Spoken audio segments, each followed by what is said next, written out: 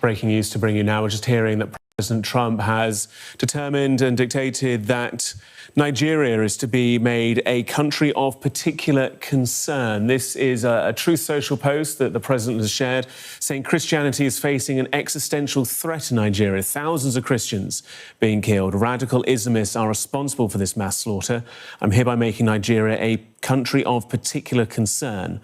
But that is the least of it. When Christians or any such group is slaughtered like is happening in Nigeria, something must be done. I am asking Congressman Riley Moore, together with Chairman Tom Cole and the House Appropriations Committee, to immediately look into this matter and report back to me. The United States cannot stand by while such atrocities are happening in Nigeria and numerous other countries. We stand ready, willing and... All right, that is... That is from Sky News, and that is what we are going to be talking about. Good morning, good afternoon, good evening to everyone watching us from across the world. It's your Nigerian Prince, and today we'll be sharing Nigerian perspective on what is happening in Nigeria. Well, it has been a long time coming, but we are here now. It's been a long time coming, but we are here now. We've been wondering what will happen next, how this will play out, since the issue of the genocide of Christians in Nigeria started getting mainstream attention, starting with, what is his name now? Starting with Bill Maher talking about it in his show, and then Ted Cruz tweeting about it and repeatedly tweeting about it, and Riley Moore and other congressmen and women talking about it. And finally, Donald Trump has designated Nigeria a country of particular concern. It is a great day for so many of us, and we have every reason to be happy, every reason to be celebrating, every reason to be jubilating, to be jumping up, to be excited, to be giving God thanks and saying, thank you, Jesus. I mean, we have a very big reason, okay?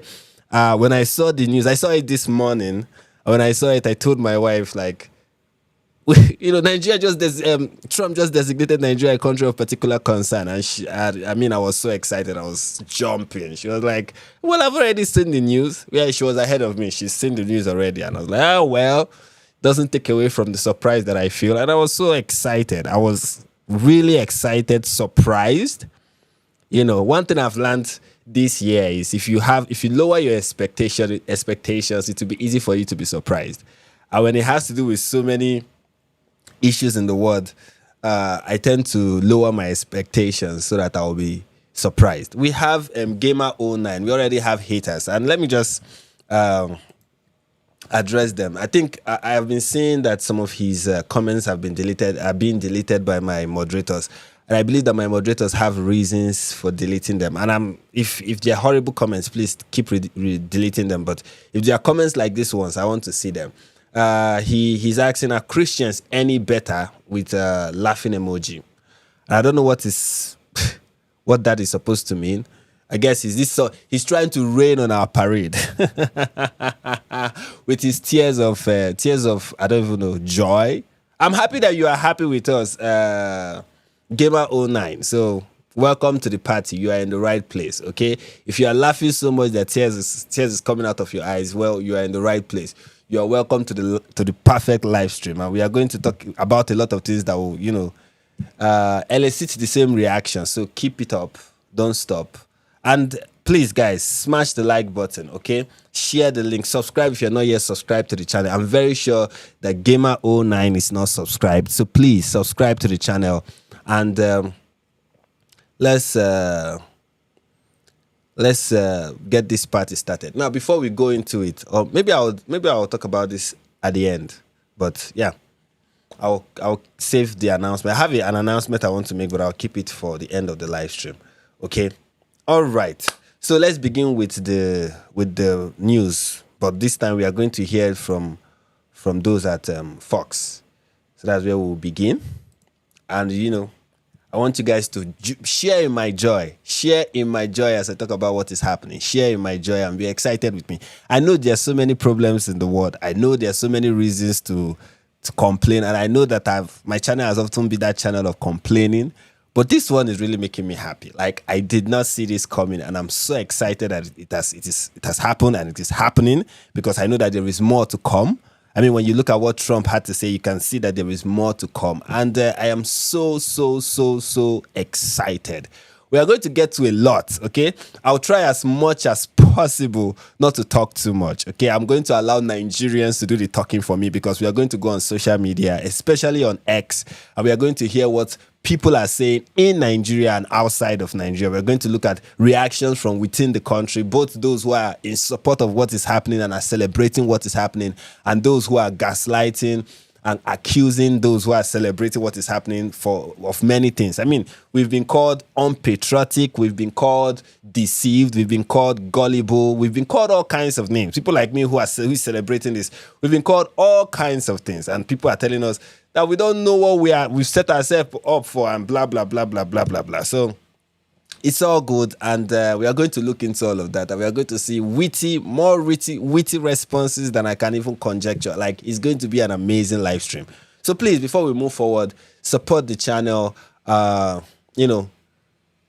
first way you can support the channel is by smashing the like button. Okay, smash that like button if you've not done it yet. Smash it, destroy the like button. Share the link to this. Share it to as many people as possible. Share it to everyone you can think of, okay? Share it to your father, your mother, your brothers, your sisters, your friends, your colleagues. Share it to everybody. Harass them with my link. Tell them that I sent you, that the Prince of Nigeria sent you, okay? But if you can't do the sharing, you can do the liking, okay? And especially the reaction button on the live chat, you can do that as well. And also send super chats, okay? That's another way you can support, by putting your money where my mouth is, by sending super chats. Send those super chats. I'm hoping to get a lot of them today. Also, another way you can support the channel is, you go to buymeacoffee.com/NIG perspective. You can see it here. You can see it, buymeacoffee.com/NIG perspective. You can go there and give me money. I really need those money, okay? Send as many as possible. I am here to receive all of them, okay? And without further ado, let's go to the celebration. Let's go to the party, okay? Let's turn the music up. Let's get ready to rumble. There's one thing that I saw here. This is from Gamer09. He said, both Muslims and Christians are being killed, okay? Okay? As a Nigerian, people are being killed. Okay? So celebrate with me. What else? What else has Gamer09 said? This isn't religious violence in Nigeria. Don't bring American ideology here. I beg. Well, I'm not bringing American ideology to Nigeria. I'm just explaining Islamic ideology that is already in Nigeria. Okay? I've never watched. Maybe you are new to the channel. I doubt that. But, if you are not new, what I talk about to demonstrate that this is a religious conflict is that I quote Nigerians. Many of them that I quote are Nigerians. Yes, sometimes we react to foreigners talking about this, but most of the people I react to are Nigerians talking about this. And I also reference the Quran. And the Quran is not Western ideology, the last time I checked. I am open to correction. Perhaps there is a way to demonstrate that, Islam is something that originated in the United States, but, is yet to be seen.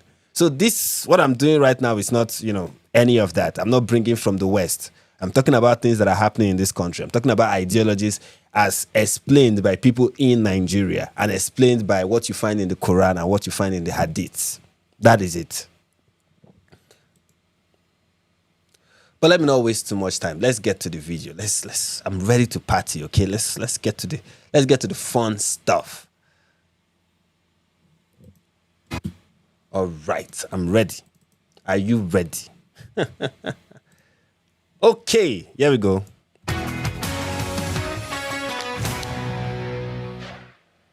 President Trump is taking action in response to the killing of thousands of Christians in Nigeria. President Trump vowing possible sanctions and saying on Truth Social, quote, "Radical Islamists are responsible for the mass slaughter. I am hereby making Nigeria a country of quote, particular concern." And entrusting Congressman Riley Moore and other lawmakers to immediately look into this report and report back to me. I mean, just look at it, written boldly, a country of particular concern. Written boldly.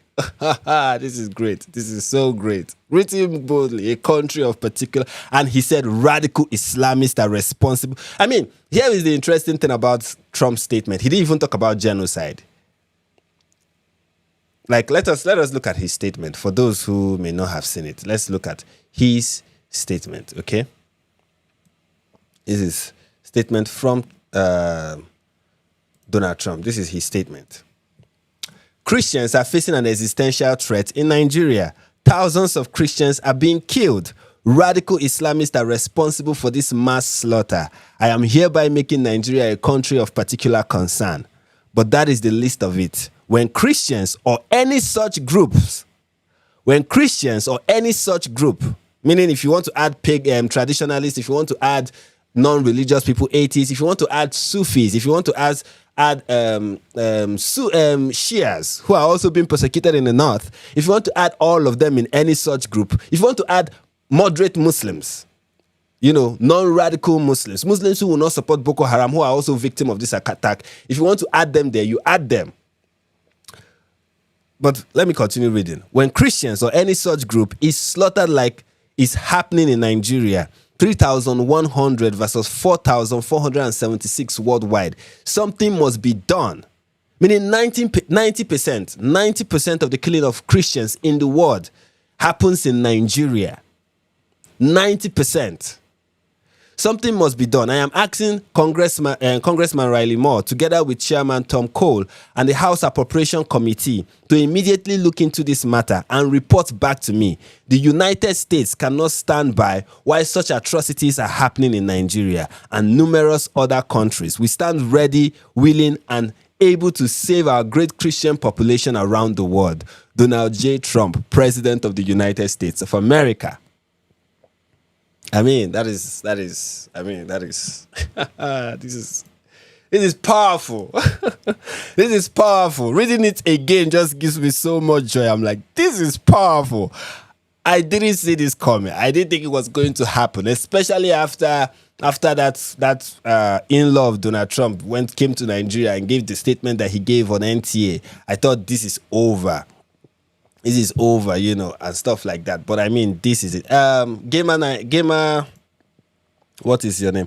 Gamer09. If you call someone, I want to be generous. I want to be generous with you. I want to highlight what you said so that people will know what I'm talking about. Gamer09. It's okay if you don't agree with what is being said, okay? It is okay if you think 90% of the persecution of Christians worldwide is not happening in Nigeria, even though you are not going to give us anything, any kind of facts or research or data to counter this claim. You're not going to do that, okay? We know that you are not going to do that. But it's fine. I will allow you. You can spew as much misinformation and lies as possible on my live chat. I'm okay with it. You can even go ahead and put all your laughing emojis. I'm fine with it. Trust me. Ask about me. I have no problem with any of those. But you know what I will not stand for is for you calling people, me or people who are watching these idiots. There's only one person that's allowed to use idiots, the word idiot, on this live stream, and that is me, because it is my live stream. If it is not your live stream, you cannot use the phrase idiot. If you use it again, that will be your last comment in this live stream. Okay? I hope I've made myself clear. Thank you for your attention to this matter. Anyway, so yeah, that is the great news from Donald J. Trump, the announcement coming from him. And he's right. Everything he states here is right. There is an existential threat that Christianity is facing in northern Nigeria. In northern Nigeria, there is especially northern Nigeria and the Middle Belt.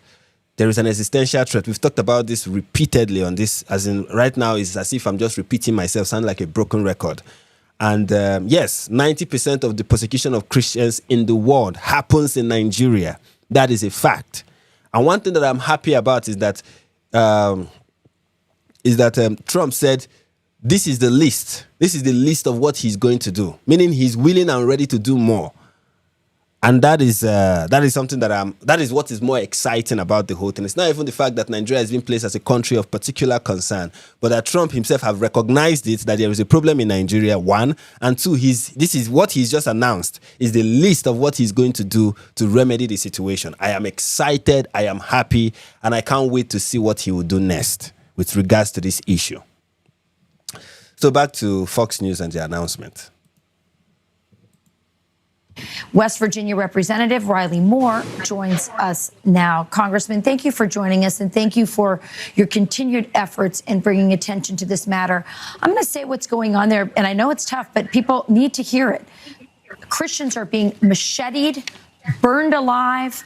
They're being forced to, dig their own graves before they're buried alive. They're being raped. They're being killed. They're being starved. Why have we not been hearing more about this? Well, Rachel, the mainstream media has just turned a blind eye to this, but this network specifically has been giving me and others a platform to actually talk about that. So I do really want to thank you so much for doing that and highlighting it, because it has made a difference. We're talking about between 50,000 and 100,000 Christians have been slaughtered in Nigeria since 2009. And we did have a designation on them in the first Trump administration as a country of particular concern. The Biden administration took that off because the killing, according to them, was happening because of land disputes, and climate change was the culprit in this, which it's hard to believe that that's even a justification. That is the reason why the first time Trump made Nigeria or designated Nigeria a country of particular concern. The reason why when that was done the first time it was not effective was that it was done few months before Biden came into office. This was done in 2020. And soon after, Biden came into office and he reversed it. He reversed it, claiming that the persecution that is happening in Nigeria, the killing of Christians that is happening in Nigeria, is happening due to land disputes and climate change and other stuff like that. Like, there is no genocide, which is ridiculous in itself. So that is what happened. And that's why the first designation was not effective. But this is not happening while Trump is about to leave office. This is happening right at the beginning of Trump's second term. So they have enough time to see this through. And this is why this second time is going to be different than the first time. That is one thing that I need to point out. Also, I want to notice this super chat from Pope John Balls. He said, since yesterday, the Nigerian army has been tweeting like their rent is due. They have suddenly found their purpose in neutralizing terrorists. We are going to get into that. Okay, for the first time, the Nigerian army tweeted that they've arrested terrorists, not bandits. For the first time, they didn't call them bandits. For the first time yesterday, they tweeted that they've arrested not bandits, not suspected or gunmen. No, nothing like that, but terrorists. I was like, wow, tell me that CPC doesn't work. Tell me that country of particular concern, the designation doesn't work. I mean, you need to see the panic. You need to see what is happening on Twitter. I'm going to show you all of it. And my goodness, this is, if not for anything, the fact that the current administration is just panicking is glorious to watch, like glorious. This is a genocide that's been going on by Islamic terrorist organizations. This designation by President Trump, and I just want to take 2 seconds. Thank you, President Trump. Thank you so very much, because this is going to end up saving lives. Thank you for this designation. And I think this is going to make a huge difference. And we're going to get right to work on this and get to the bottom of what's happening and give President Trump a full menu of options that we can use to try to stop these killings. So what does the designation do exactly? Well, this designation opens up a menu of 15 types of different options the president can use. One in particular is the suspension and prohibition of security assistance, which we have been doing security assistance with the Nigerian government. And that was a promise that they were going to receive arms and training from the United States to go kill and stop Boko Haram. They have not been doing that. They have not been stopping these Islamic terrorists, and in my view, have been collaborating and coordinating, and at least, at minimum, have just been turning a blind eye to it in Nigeria. So now that's going to stop. But this menu of options also includes the ability of the administration now to use targeted sanctions against entities within Nigeria itself, suspend economic cooperation. There's a whole list of options in here that I think is really going to have a dramatic effect in reducing the killings in Nigeria. Yeah, every pastor, every priest. And here's the thing, so many people are like, oh, what is the point of the designation? This is the point. There are so many options: sanctions, economic sanctions, and other sanctions, pressure. Rather, I say pleasure. Pressure. Okay, they are going to mount pressure with sanctions and all whatnot on the Nigerian government that is going to make them. There are many options. Okay, a lot of options, and I can't wait to see what those options that they will explore. Okay. But what it means is that when a country is designated as a country of particular concern, the United States now have options of can now like make impose sanctions on the country, withhold aid, foreign aid that is being given to the country, also target particular politicians that are responsible for that have the responsibility of tackling this issue and are not tackling them. So those politicians can be specifically targeted. Okay, so that's kind of there are many options, like he said, 16 options, if I'm correct with what he mentioned. Okay, that the United States have in dealing with this. None of them have to do with putting boots on the ground or invading Nigeria or taking over the country. You know, like many people want you to believe. And I want to respond to something. That someone like Gamer09 has been talking about. He's like, what are you basing? What is the proof that any of this is happening in Nigeria? Okay, here is the proof. This is by Inter-Society. Okay, we've gone through this news article before, but let's go through it again. Now that we are talking about the genocide, now that we are on the subject, let's remind ourselves again what we are talking about. Okay, the headline says 7,000 Christians have been killed in Nigeria this year. Group says more than 7,000 Christians have been killed in Nigeria during the first 220 days of 2025. A civil society watchdog said this is an average of 35 killings a day, according to the recent report published by the Nigerian-based human rights NGO International Society for Civil Liberties and the Rule of Law, Inter-Society. Newsweek has contacted the Nigerian Ministry of Humanitarian Affairs and National Human Rights Commission via email for comment.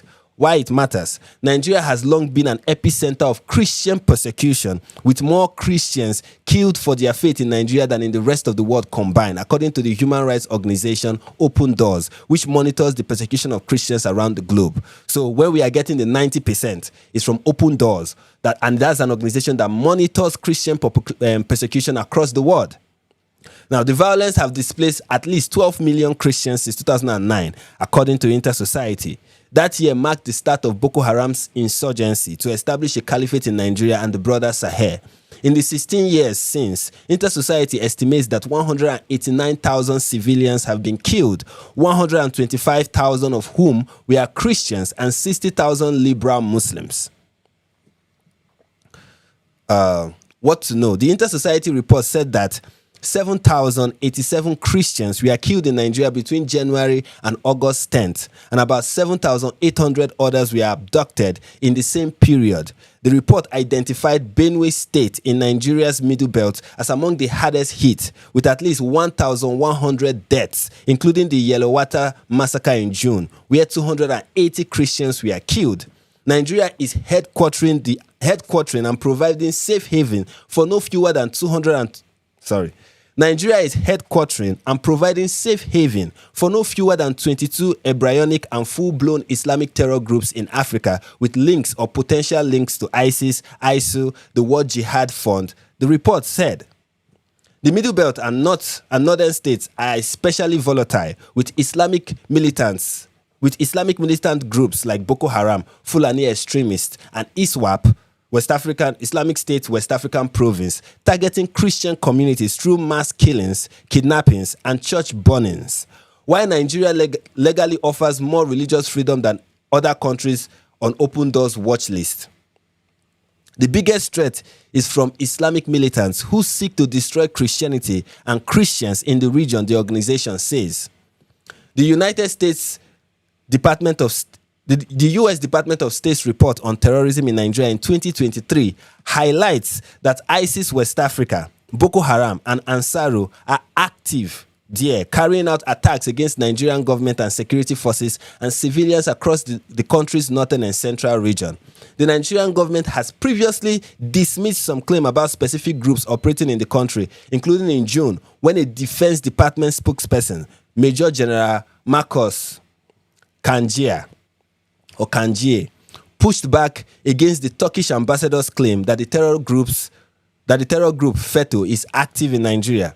Kanjie said that the Nigerian military does not recognize the group and has not received any credible intelligence to support the claim, according to local newspaper The Nigerian Lawyer. Newsweek has contacted Nigeria's National Counter-Terrorism Center via email for comments. What people are saying, then there's what happens next, and then you have that. So if you are asking, what is any of this based on? This is what it is based on. It is based on Inter-Society's report.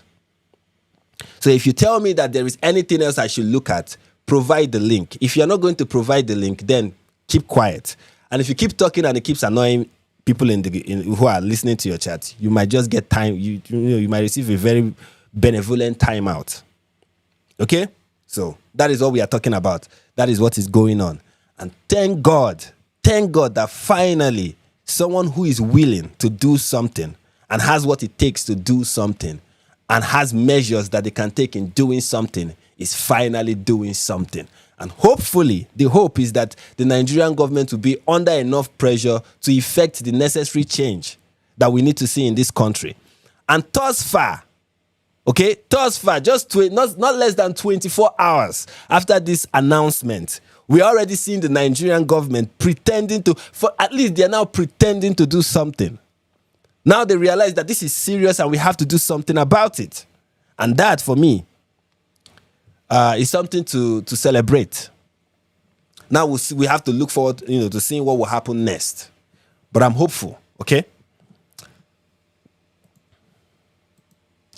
What else are we looking at? Okay. Now that is the news, and now let's look at the responses. The responses are very interesting. First of all, we'll look at the response from the President of Nigeria. The President of Nigeria released a statement. He posted this statement on Twitter. This was a couple of hours or a few hours after Trump made his announcement. The President of Nigeria released this statement, and this is what he says. So let me just read. Let's read it from here. I wanted to read it from this stuff here, but it's better to read it from here because it's the same thing. Nigeria stands firmly as a democracy governed by constitutional guarantees of religious liberty. Let's start with let's take that first step. We are going to pick this whole thing apart. Nigeria stands firmly as a democracy governed by constitutional guarantees of religious liberty. Okay, first thing we need to pay attention to here is the word democracy. Nigeria stands firmly as a democracy is an interesting way to describe the country. Yes, do we have elections? We do. Are those elections often rigged? Yes. Nigeria is a democracy the same way Russia is a democracy. Maybe not in the exact same way, but in similar fashion. Because the Russian election, is rigged.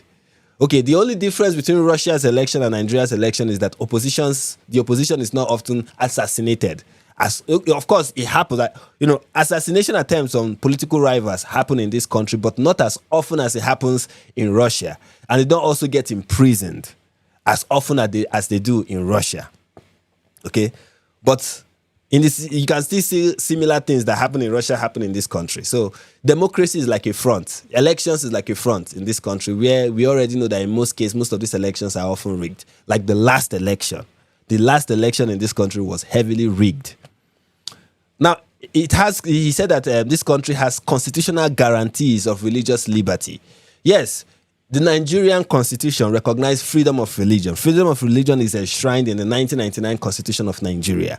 But the same constitution also went out of its way to undermine that provision by recognizing 3 sets of laws in Nigeria. Okay, it recognized common law.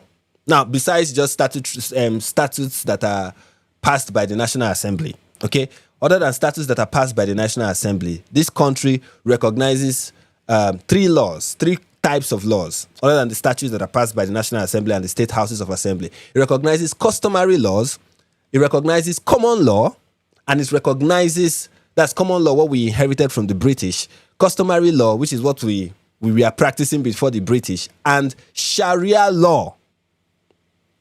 So a country that claims to recognize religious liberties and then enshrines Sharia law as one of the laws that is being recognized by the Constitution is kind of, you give with one hand and you take with the other hand at the end of the day. That is why you have Muslims, or we have people from the north who are sentenced to death.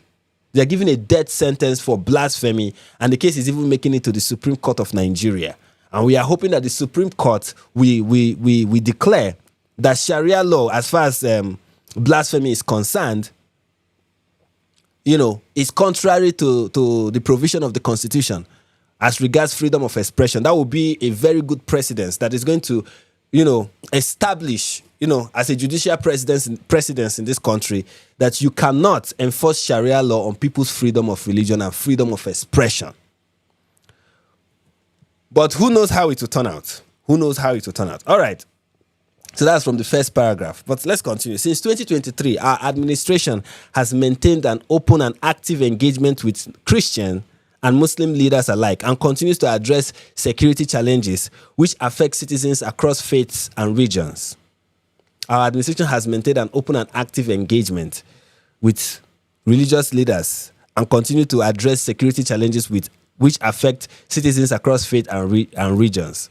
How have your administration addressed security challenges in this country?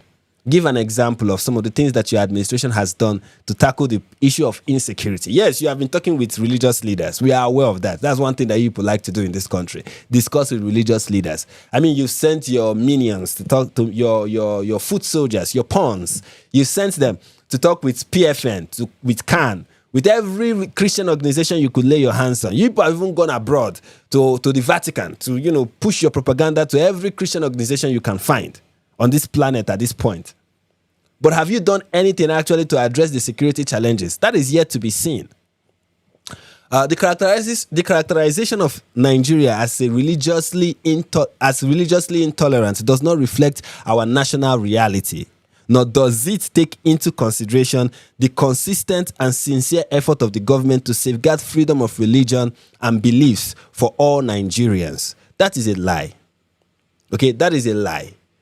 That Nigeria is so the claim here is that to accuse Nigeria of being religiously intolerant does not reflect the reality of this country. But that is a lie, because the northern part of this country is religiously intolerant. I mean, we've spoken about this over and over again. There are laws in Nigeria that makes it not just laws, but practices in northern Nigeria, Sharia law practices in northern Nigeria that has segregated against Christians from the north. That makes it impossible for many Christians on the north to work in the government, to get employment. There is discrimination against Christians in northern Nigeria. That is a reality, okay? Christian churches find it difficult to even get a license to erect a church building. Even when the building they are trying to erect is buildings that was demolished by Boko Haram. The government of the day in the north will say, no, we are not going to give you permission to erect your structure or rebuild the structure that these terrorists came and destroyed. Okay, the persecution of Nigerian Christians is a reality. It is the reflection of our national reality. Your government has done things to reflect. You have efforts that you've done to safeguard freedom of religion and beliefs for all Nigerians. Efforts like what? Have you banned Sharia law? Is Sharia law banned in northern Nigeria? Sharia law, as it affects with regards to blasphemy, Blasphemy laws in Nigeria. Are they a thing? Is it a thing or is it not a thing? What happened to Deborah Yakubu? And what happened to the Kwara State woman, the food vendor? Is it a reality in Nigeria? Does that not show religious intolerance? That people can be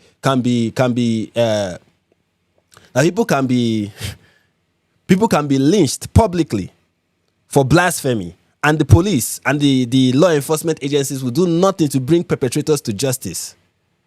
How does that reflect the so-called religious tolerance that you speak about? But let's continue. Religious freedom and tolerance have been a core tenet of our collective identity and shall always remain so. Nigeria opposes religious persecution and does not encourage it. You are a liar, sir. But, you know, of course, what else do we expect you to say?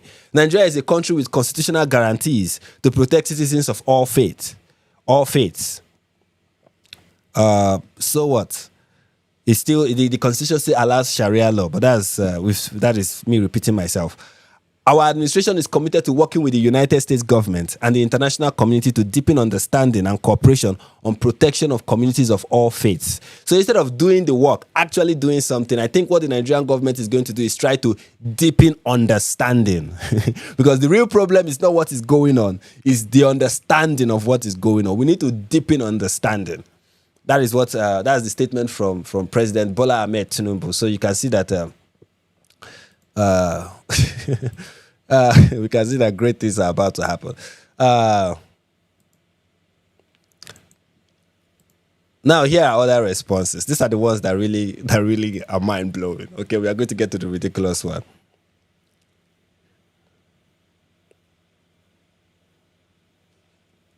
But before that, let me see what else.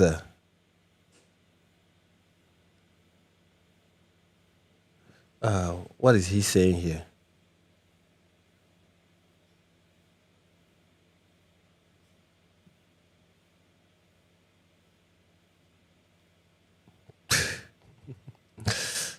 Please let me. Okay, here is from Rotimi Adeosun. This is what he has to say. He said, Nigerian President Bola Ahmed Tinubu's resolve to make Nigeria truly...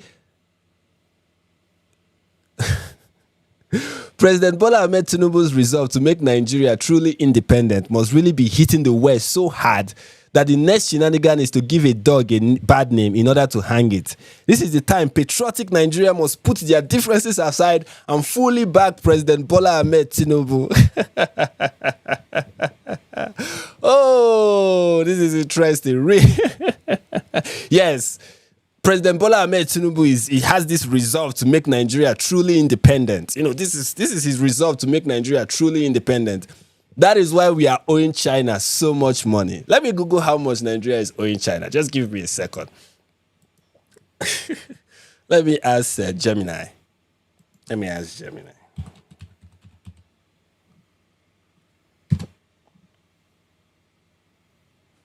All right, let's ask Gemini. Maybe Gemini will help us here, okay? How much is Nigeria? How much is Nigeria owing China?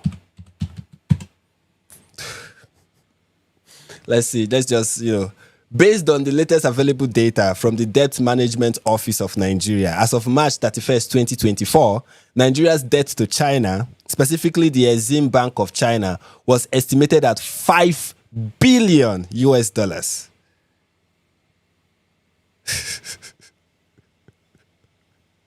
China is Nigeria's largest bilateral creditor. These loans are generally concessional, project-tied, and used for infrastructure development. This is how Bola Ahmed Tinubu is making Nigeria truly independent. Let's look at other ways. How much is Nigeria owing the IMF? How much is Nigeria owing the IMF? Let's see. Nigeria has significantly reduced its debt to the International Monetary Fund and may have fully repaid its main emergency loan. Here is the breakdown based on most recent available information. COVID emergency COVID-19 loan. Nigeria secured $3.4 billion emergency loan from the IMF in April 2020 via the rapid financing instrument to address the economic impact of the COVID-19 pandemic. News reports indicate that Nigeria has fully repaid this loan as of May 2025. Alhamdulillah. Outstanding IMF credit. While the main loan may be cleared, Nigeria's status as an IMF member means it still has financial obligations related to its quota and previous transactions. Data from CEIC indicates that Nigeria's use of IMF credit stood at 1 billion as of September 2024. This figure records a decrease from previous quarters, showing a consistent repayment trend. The available information suggests the large 3.4 billion emergency loan has been fully repaid. A smaller but still significant outstanding balance of IMF credit, that's 1 billion, still remains on the book. All right. How much does Nigeria receive in aid from the United States? So how much aid? Do you want to know how much aid does Nigeria receive from the United States? The United States is one of Nigeria's largest donors of foreign aid, and with the total amount generally in the range of hundreds of millions to over $1 billion annually. So it ranges from hundreds of millions to over $1 billion annually.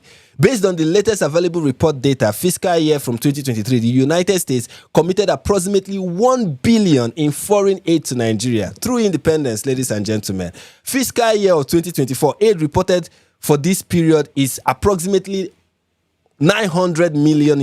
That's close to $1 billion.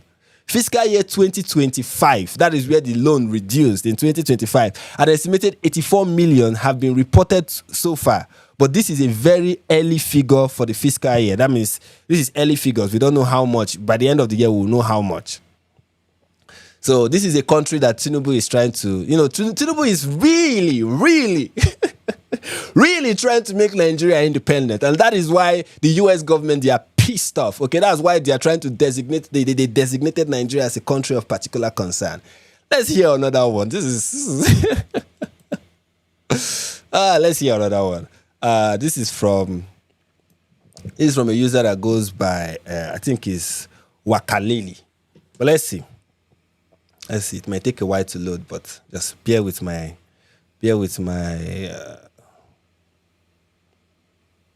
this is from Imran U Wakalili.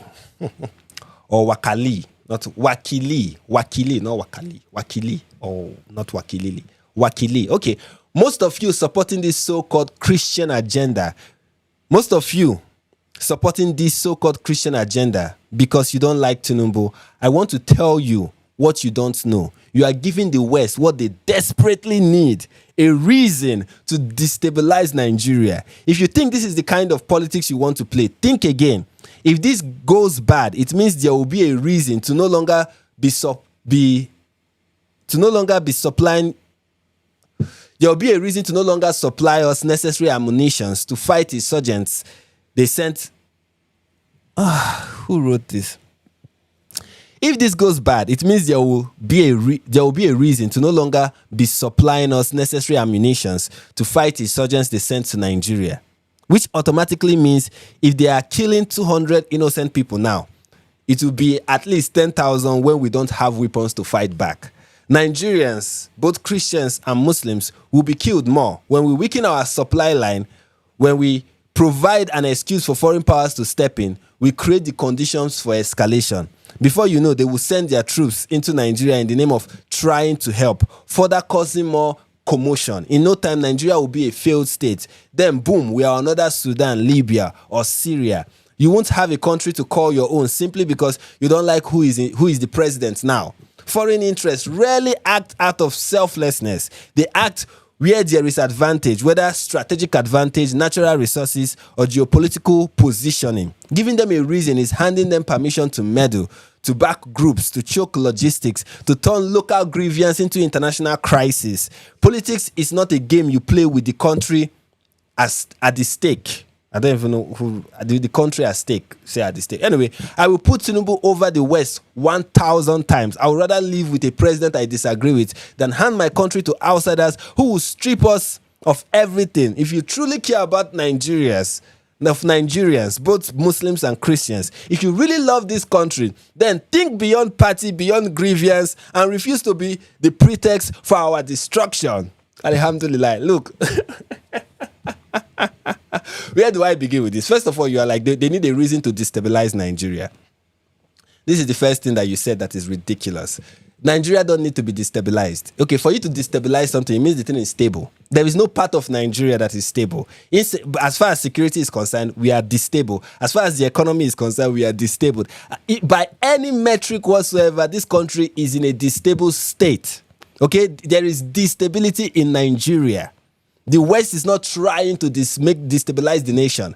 A country where in 1 year, 7,000 Christians have been killed, and yet there have been no arrests. Nothing has been done to end this. In fact, there have been reports that people who were sent to do something about it, that's the army and the police and every other law enforcement agent, is colluding with the terrorists in question and making it easy for them to continue to rape and pillage and seize land from Nigerian Christians. So talk about destability. There is no stable country here. Okay, it is a stable country that you try to destabilize. That is one. Two, you said, oh, if you are killing two, you are claiming that, at least you are claiming that the situation is bad, but you're saying it can be worse. That if the US stops sending us ammunition that end up, this is what I find ridiculous. This is what I find ridiculous, right? It has been reported multiple times that the Nigerian army, many of them have reported, they've even cried out that the weapons that they are given to fight Boko Haram is substandard. It's not enough. It's nothing compared to what these terrorists have. So yes, Nigeria is giving us aid, military aid and all whatnot. Yet our military don't have what it takes with regards to weaponry to fight these terrorists. These terrorists are more equipped. And the suspicion here, or the accusation here, is that the weapons that Nigeria is giving, that the US is giving to Nigeria, is ending up in the hands of these terrorists. And Nigeria and the US is like, you know what, we don't want to send another weapon again because we feel this is landing in the wrong hands. And you're like, oh, imagine what will happen if let's say that is true. Let's say what the United States is claiming is true, which I have no reason to doubt. Let's say it is true.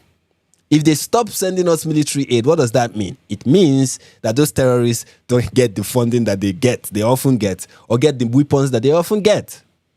So it might lead to more security. But if this is really a problem for the Nigerian administration, if this is a problem for Tinubu's administration, there is a simple solution, don't you think? The simple solution is to start doing something about the problem. If it's bad for Tinubu, then he should start doing something about the problem. Instead of telling us that, oh, if they sanction us, things are going to get worse for the average Nigerian.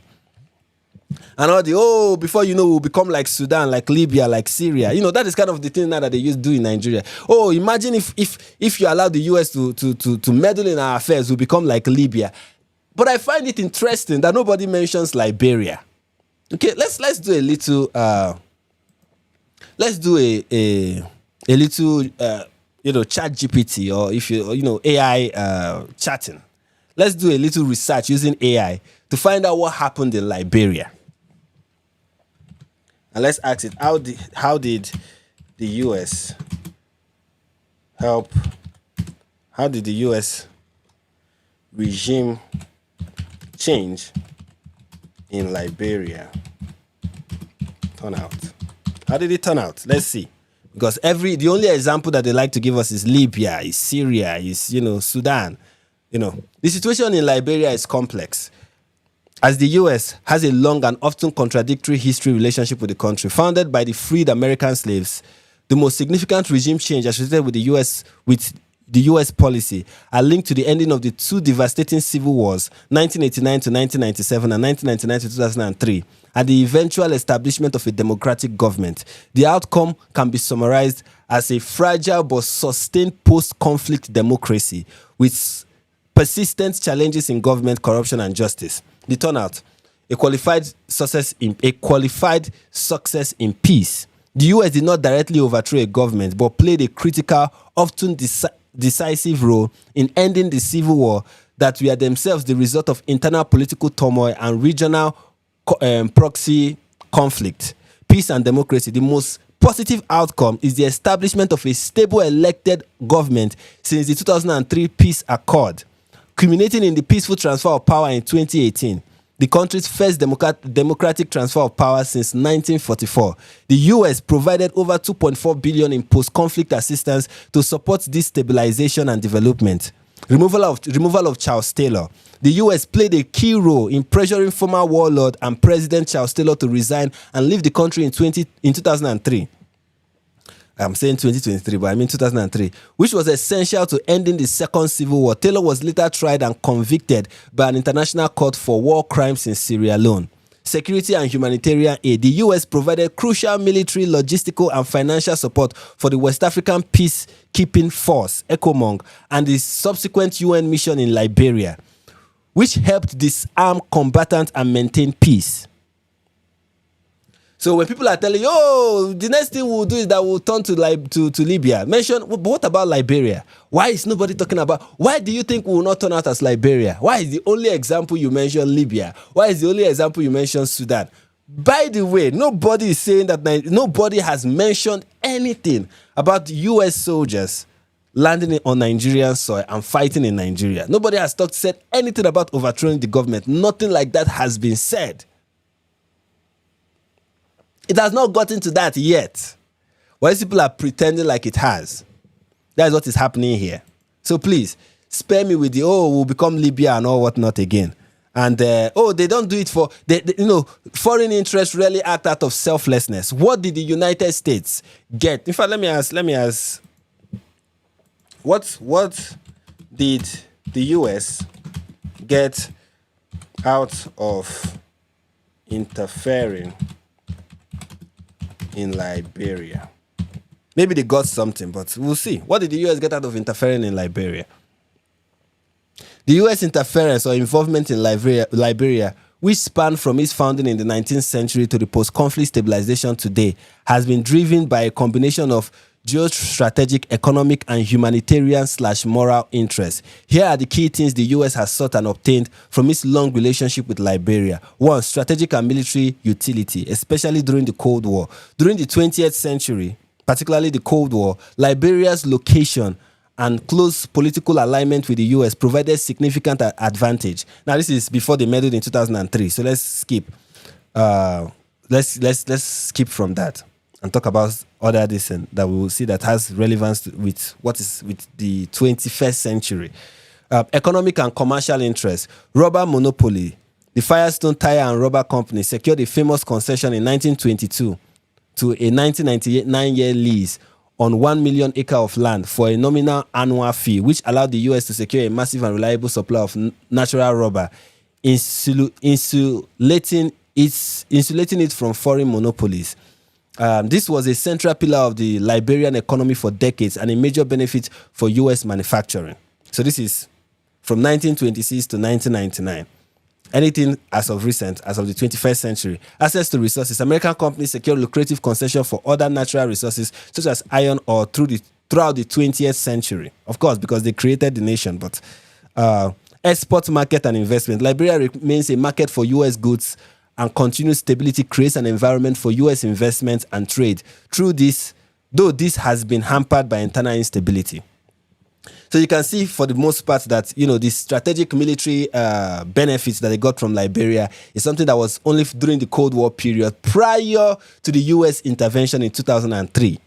Okay. And the rubber monopoly was prior to 2003. And every other thing that is being mentioned here, except for the export market and investment, is prior to 2003. And the export market and investment is reasonable. It's not something extraordinary. It's something that the US enjoys from any nation that it has cordial relationship with. So it's nothing out of the ordinary. But the one that seems to be relevant is the humanitarian, diplomatic, and post-conflict stability. So they are doing it out of humanitarian. The benefit is humanitarian and moral, for the most part. So in the modern era, the US involvement has shifted towards maintaining peace. That's in the modern era, in the 21st century. The benefit that the US gets from Liberia is just maintaining peace and promoting democratic governance, regional stability. Since the Civil War of 1989 to 2003, US financial and logistical support, $2.4 billion since 2003 for peacekeeping missions, has been a priority. The US views a stable Liberia as essential to preventing the resurgence of conflict that could destabilize the entire West African region. Moral and historical obligation. Due to its unique founding as a designation for freed American slaves, the US has a widely recognized historical and moral connection to Liberia, which often underpin its efforts to provide extensive development and aid care, e.g. during the 2014 and 2016 Ebola crisis. The interference, which is being put here in air quotes, has therefore provided the US with geopolitical leverage, commercial benefits, and regional security advantages at various times in history, even as it has also provided essential aid to the Liberian people.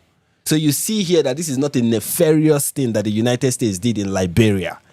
The interference of the United States in Liberia is not something that was more beneficial for the United States than it was for Liberia. Because at the end of the day, they helped Liberia more. Especially when you consider the fact that the help is still ongoing today, even though they stand nothing to gain from it. So keep that in mind. I want to read this super chat. This is from Simply Too Awesome. Thank you for your work, I guess. I just want to give my support. Please continue to do all to the glory of God the Father, all to the glory of God and Father of our Lord Jesus Christ. Thank you so much. I'll continue to do that. All right, let's look at the next tweet.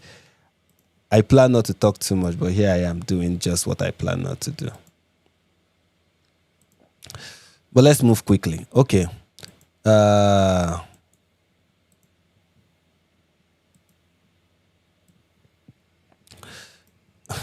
Here's an interesting post. This one, you will like it. We are going to like this one.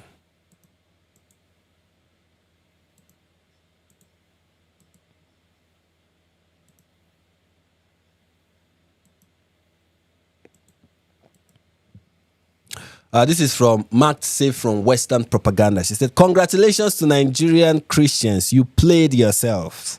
You know, very interesting. Let's see some of the things that people said. Imagine blaming the victims, Nigerian Christians, and not the people responsible for security, Nigerian government.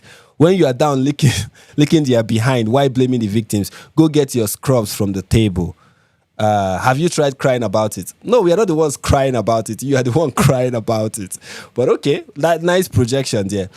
This person said, you guys are funny. Someone is dying already. Whether it is the US or the terrorists that end up killing them, die or die. What they mean is death is death. You say they played themselves. Now because your family member never fully die. This is the case of if we perish, we perish. I don't agree very well with what this person is saying, but okay, here is one that I think is very interesting. This is one of the reactions to her tweet. He said, "Is this you, hypocrite?" And what is the person referring to? This is the lady, free Palestine,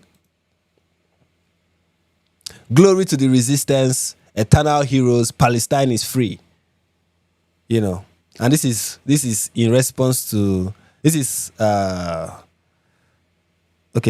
the ceasefire, I guess. This is her celebrating the ceasefire, I guess.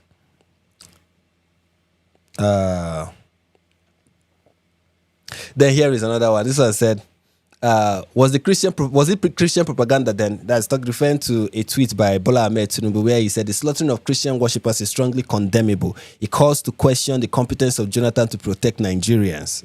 Okay? And he said, was it a Christian genocide then? You guys enjoy it when the US helped APC take over power, but are wailing now. It's okay. And then what did she say? I don't even support democracies, much less APC, but thanks for showing you have all the intellectual gut of an Amoy. This lady is just, she and Gamer09, they belong to the same WhatsApp group. It's just this group of, we are going to insult people even when we have nothing. And then she's saying, I do not support democracies. So what do you support? Islamic authoritarianism, I guess. But we move on. Here is another comment. Here is another comment. This one is from Bello Shagari. He said, if I were in charge of Nigeria, I would designate the United States of America as a country of serious concern. Yeah, these people are geniuses. These people are amazing geniuses when it comes to geopolitics. Yes, that's, first of all, it's not even a thing. It is a thing for the United States to designate other countries as country of particular concern because it's something that is within their law to do and it's within the power of the president of the United States to do. But Nigeria does not have such power. We've never designated any country as whatever. We've never done that. So we are going to start now because of the United States. Based on what? And then somebody replied, tell your father Tinubu to try it. Also tell him to learn a lesson or two from Maduro. Yeah. Somebody responded with this picture. This is somebody with corn for brains and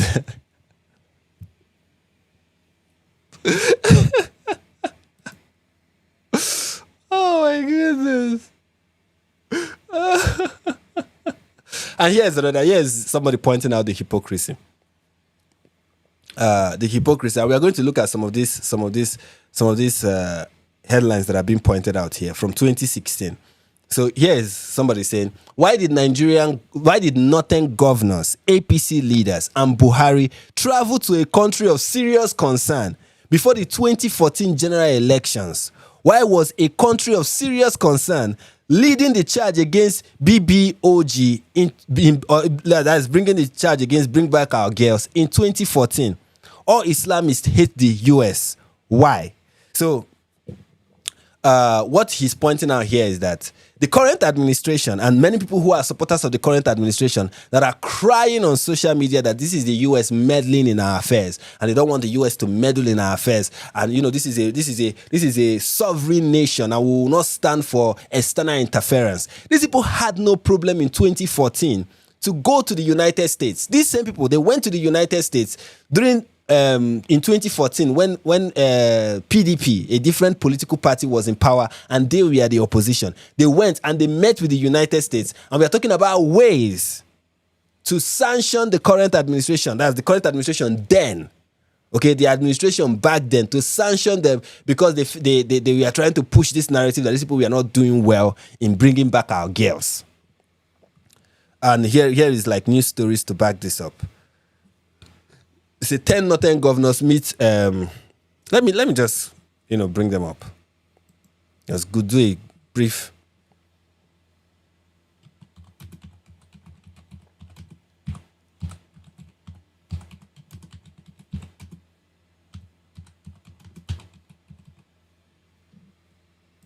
That's a brief Google search. Yep. It's always easy to find these things. So this is from allafrica.com. And here's the news. Here's the news story. 10 northern governors meet Kerry, Rice in Washington. 10 governors from northern states in Nigeria were on Wednesday hosted in the White House, America's seat of power in Washington, during which they held closed-door meetings with President Barack Obama's National Security Advisor, Ambassador Susan Rice.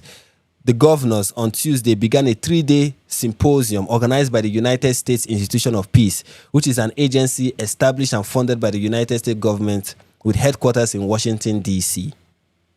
Okay, so when these people did it, it was okay. But now that the US is interfering, it's not okay. It was okay when you called them to interfere. But when someone else calls them to interfere, that is bad. That is unpatriotic. That is, you played yourself. And that is, these people should be designated as a country of serious concern. When former First Lady, Michelle Obama was putting hashtag Bring Back Our Girls, and Rihanna was posting the same thing on her social media, that was not the US interfering. It was not the US interfering. Now is the US interfering, of course. I just want to highlight some of these super chats. I really appreciate this. Keep them coming, guys. I really appreciate it. This is from Draco. He said, I appreciate your perspective. Do not get much media on your politics. Do not get much. I don't even know what that means. And then think for yourself. Appreciate your content. Thank you so much. Thank you for the super chats. I really appreciate that. Thank you, guys. Keep it coming. Keep it coming. I really appreciate that. Here is another one from who is this? Okay, this is from Fearless. Fearless said, the West doesn't care about Nigerian Christians. Their particular concern is our natural resources, and that's all. What natural resources? The ones that Fulani headsmen are selling to the Chinese? The ones that the government is exploiting and stealing? What natural resources? What natural resources? You know, of course, it's natural resources that they are interested in. They are already, do you know, they are already giving, the US is already spending billions annually in Nigeria. We just saw that, right? We just read that the US is already spending billions in foreign aid to Nigeria. I don't know what they are getting in return, but you know,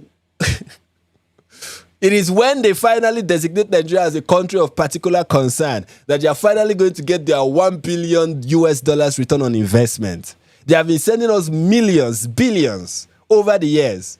And, you know, I don't know what they've gotten in return. But now that Nigeria is a country of particular concern, now they are going to get, you know, now is after the natural resources. Very interesting, very interesting take.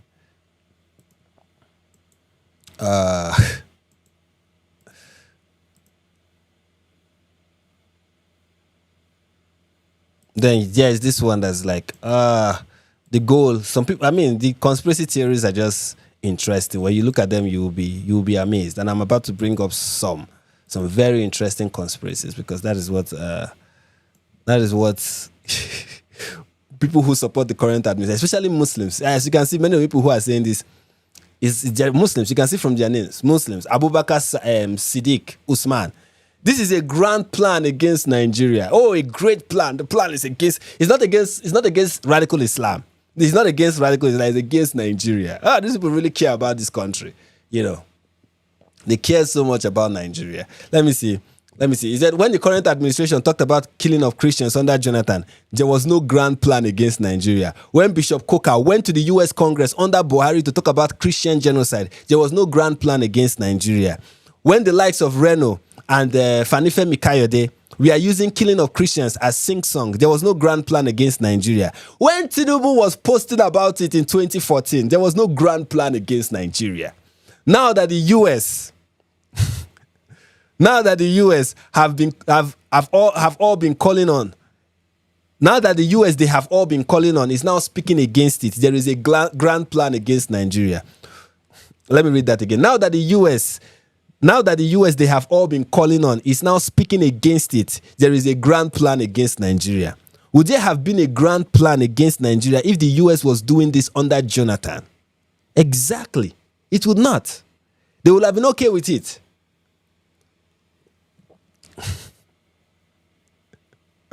Somebody said, say no to...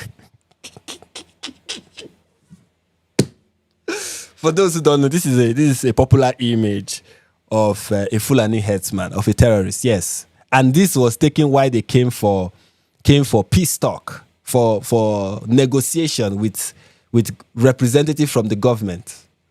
Yeah, and they came dressed like this. And this picture was taken. So it's a popular picture on Nigerian Twitter. Somebody said, say no to this. Anyway, moving on. Let's see the next one.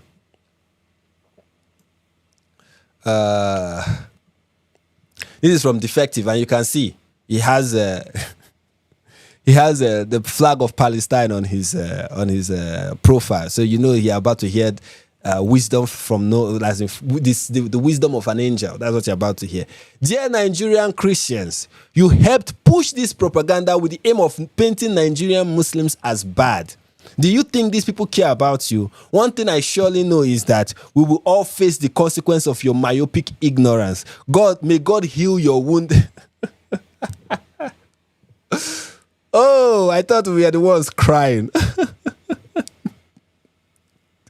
These people have no shame. These people have no shame. Yes, we are the ones painting Muslims, Nigerian Muslims, as bad. Not the the Boko Haram extremists, not the Fulani militants, not the Fulani terrorists that attack villages and then shout Allahu Akbar while they were doing it. They pray before the attack. I mean, we've seen pictures of these people pray before they start the attack. They go on these attacks and they are shouting Allahu Akbar, Allahu Akbar, Allahu Akbar, and they are slaughtering Christians. You know, they are not the ones painting Nigerian Muslims as bad. It's not the fact that Nigerian Muslims will ignore this reality. And whenever anyone calls it out, they will say, "Shut up! It's, this is not happening. Or if it is happening, it's not happening as bad as you claim. Or even if it's happening, it's also happening to Muslims." They are not the ones. These are not the people that are painting the country bad. The government that is doing nothing about what is going on. These are not the people painting Nigeria bad. It's those who complain about it. We who lend our voices to say, "Okay, you know what? This needs to stop. This needs to stop. Let us see if there's any remedy to this. Let us see if the government can be pressured to do something about this." We are the ones. We are the ones that are painting Nigerian Muslims as bad. I mean, it's just fantastic. You can see this is just fantastic. Here is another one. Here is another one. And this is from a so-called Pastor Okezie J. Atani. So let's listen to what Pastor Okezie has to say. He said, "Dear Bola Ahmed Tinubu, kindly order the Minister of Foreign Affairs to summon the U.S. ambassador to..."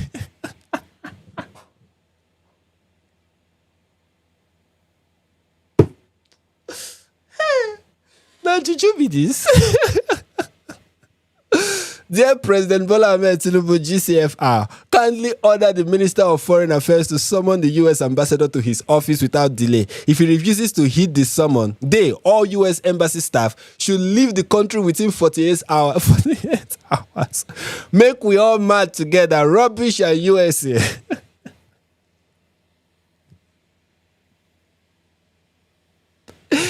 Oh, my sweet summer child. You think this is South Africa? You think this is South Africa?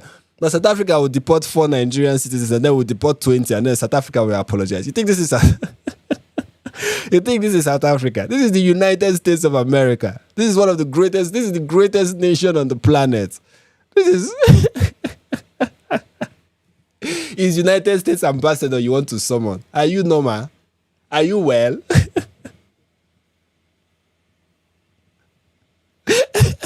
Somebody said, "You won't follow US mad together from your poverty-stricken household. See liver." So this guy is the proverbial war gecko that thinks itself a crocodile. These people are really interested. Okay, here's another call to summon the US ambassador. This is not the only person that is calling for the summoning of the US ambassador. Here is, by the way, you should know this, that Nigeria does not have any ambassador to the United States. We don't have any ambassador to the United States because the current administration is yet to appoint an ambassador to the United States. That is a reality, just so you know.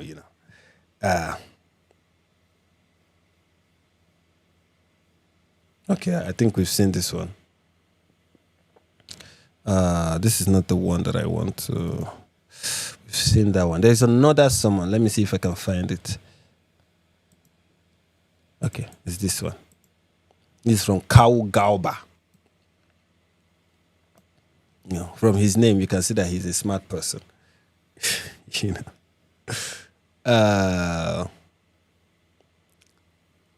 this is from Kau Gauba. Just allow it to load a little bit. And he said, "It's time to send the U.S. ambassador." What did Israel do? What did Israel do? So it's time to send the U.S. ambassador and Israel out of our country. What did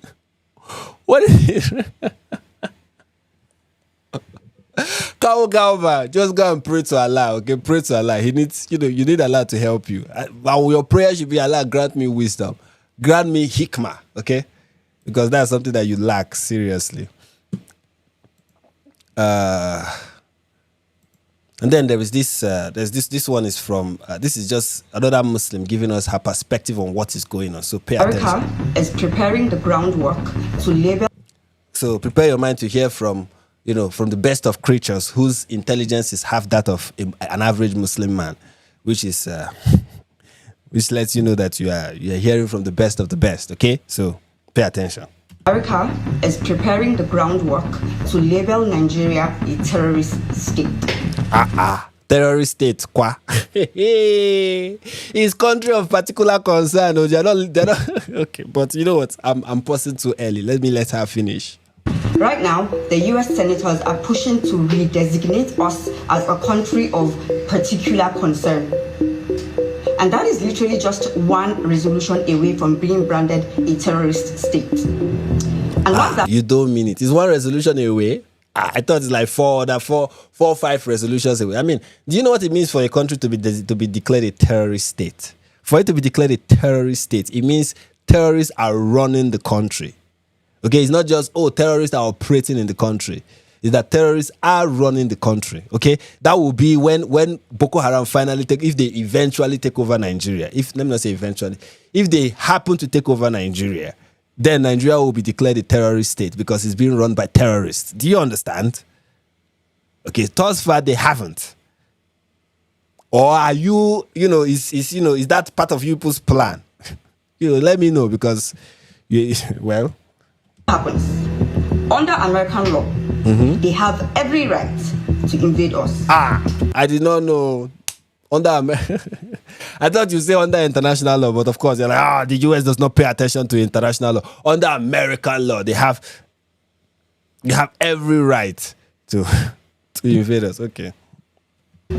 Such a designation literally authorizes military intervention. My goodness. This is like moving Nigeria towards the edge of a cliff. Okay. And this is the classic tactic. My goodness. Let's talk about the hypocrisy because it's staggering and it follows a familiar script, right? You manufacture a crisis, you construct a model. Okay, so the United States are the manufacturers of this crisis. I guess the United States called a bunch of Muslims, taught them Wahhabism, taught them Salafism, taught them radical Islam, and then gave them guns and say, go and establish a caliphate in Nigeria. That is. In fact, the United States went back in time to the 7th century in Arabia and gave revelations to Prophet Muhammad. That is all the work of the United States. I mean, this is powerful stuff. I mean, they did not call the United States the greatest country in the world for nothing. And this is proof of that, I guess. Or a pretext or a justification, and then you march in like a savior in the disguise of humanitarianism, right? In the guise of being a humanitarian. In layman's terms, it means you create a problem and then you pretend to solve it. This is classic colonial theater.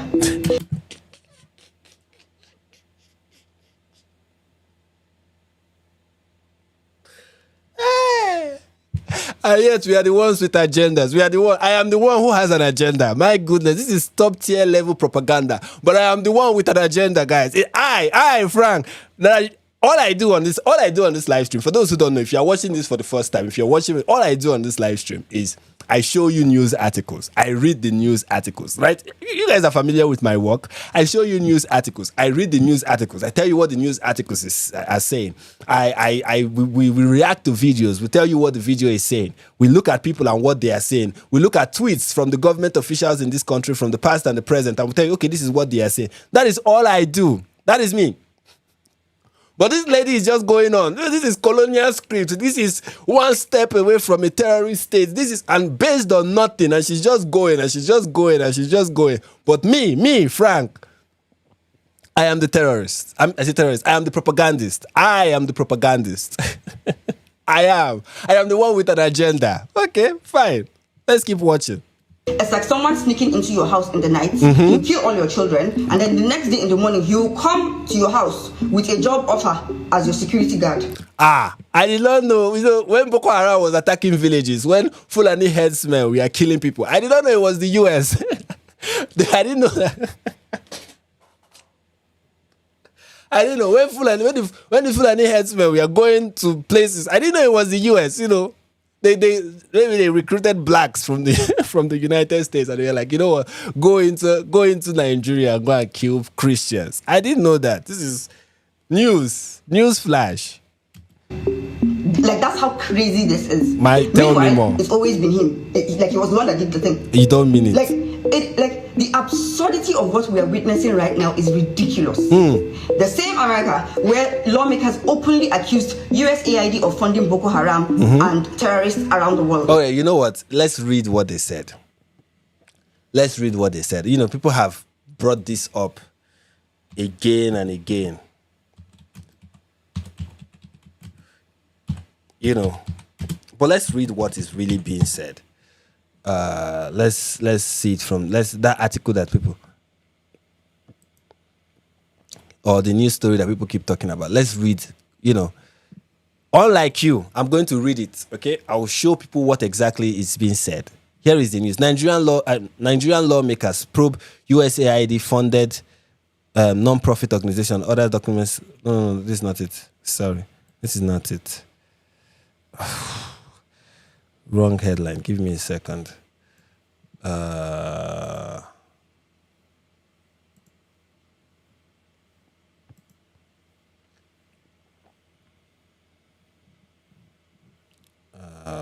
Give me a second. Let me pull up this article.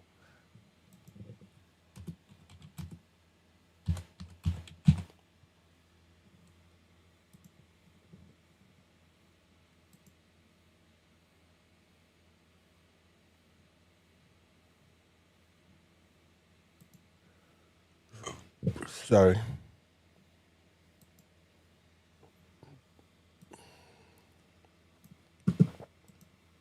Okay. USAID funded Boko Haram, other terror groups, U.S. Congress, according to U.S. Congressman. All right, let's look at the details. U.S. Congressman Scott Perry has said that U.S. aid agency, United States Aid for International Development, funded terrorist organizations, including Boko Haram. Perry, a Republican representing Pennsylvania, made the claim during the inaugural hearing of the subcommittee on delivering on government efficiency on Thursday. The section titled "The War on Waste: Stamping Out the Scourge of Improper Payment and Fraud" focused on alleged misappropriation of taxpayer funds. Who gets some of that money? Does that name ring a bell to anyone in the room? Because your money, 697 million annually, plus the shipment of cash funds in madrasas, ISIS, Al Qaeda, Boko Haram, ISIS, Khorasan, terrorist training camp. That's what it's funding.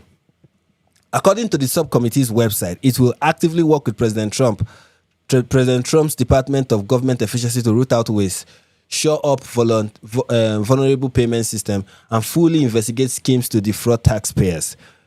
Perry further cited USAID reports funding of 136 million for building 120 schools in Pakistan, alleging that there was zero evidence of the school's construction.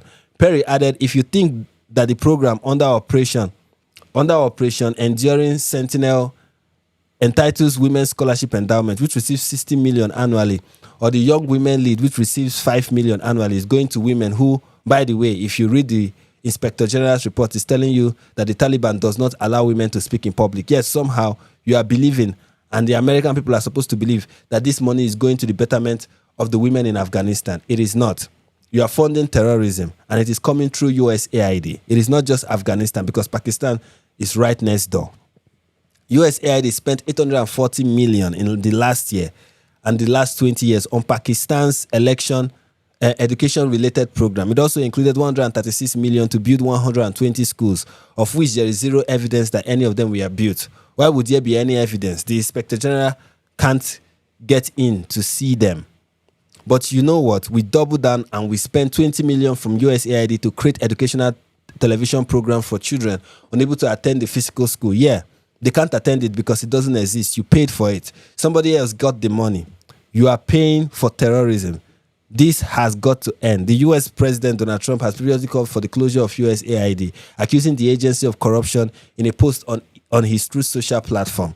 The move is part of Trump's and his billionaire ally Elon Musk's drive to shrink the U.S. government. Musk, whom Trump appointed, blah, blah. Musk has called USAID a viper, among other criticism, which Musk claimed, blah, blah, blah, blah, blah, blah, blah, blah, blah, blah, blah, blah. So that is the claim. That is the article. So there is no direct mention. Why I'm reading this is that I want us to recognize that there is no direct mention. If you read through the article, there is no direct mention of how USAID funded Boko Haram. There is mention of what is happening in Pakistan and Afghanistan, but there is no mention directly of how USAID is funding Boko Haram. The allegation here is this, for those who don't understand. The allegation here is this, that the money you give to these governments, the money you give to the Pakistani government, the money you give to to these NGOs in Afghanistan, these NGOs in Pakistan, or the government in Pakistan, whoever it is you are giving that money to in Pakistan or in Afghanistan or in Nigeria, these people are not using it to do what they claim they want to do with the money. Instead, they are using it to fund terrorists. To give them this money is to give it to terrorists. That is the claim. The claim is not that the United States government is knowingly funding terrorists. Is the money you are giving as aid is ending up in the wrong hands. That is the claim. The money you are giving as aid is ending up in the wrong hands. And that needs to stop because that is wastage. That is fraud. Which I'm telling you, when it has to do with USAID and other aid, you don't know. US taxpayers, you don't know where your money is. And I don't know. When you send money to Nigeria, I don't know where that money goes. I don't see it. I do not see it. You know, people are like, oh, we send aid to. I don't know where your money is going to. I really don't. Because after you send the aid, despite the billions that you spend in Nigeria annually, our government still go and borrow 5 billion from China. So where is the money going to?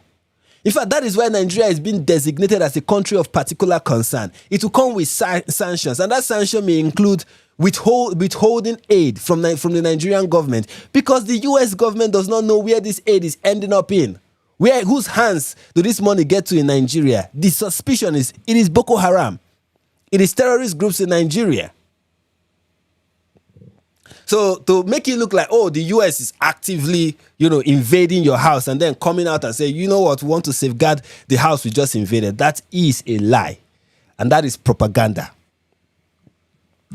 I don't know if we want to continue listening to this, but I'm sure there are many great, stuff this lady is about to tell us.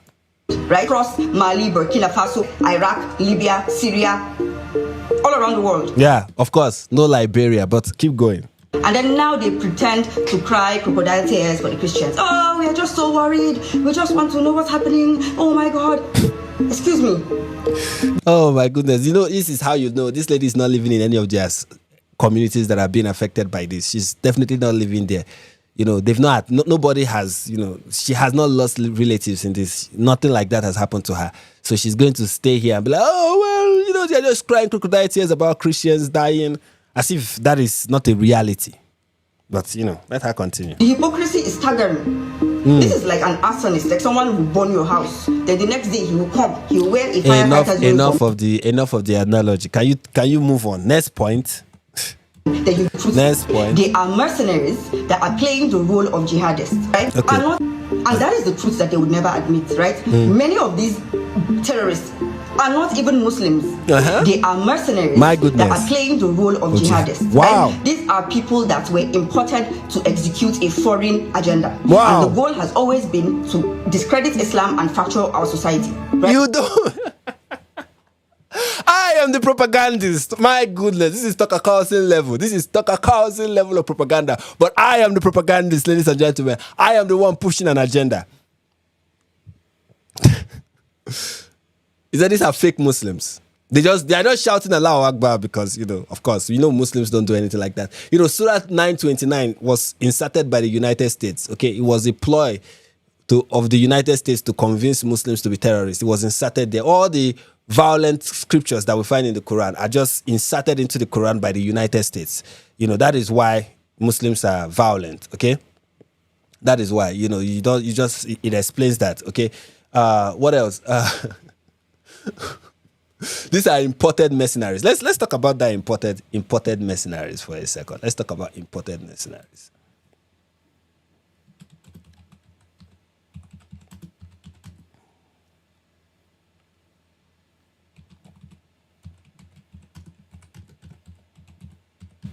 Let me see if I can find the news headline.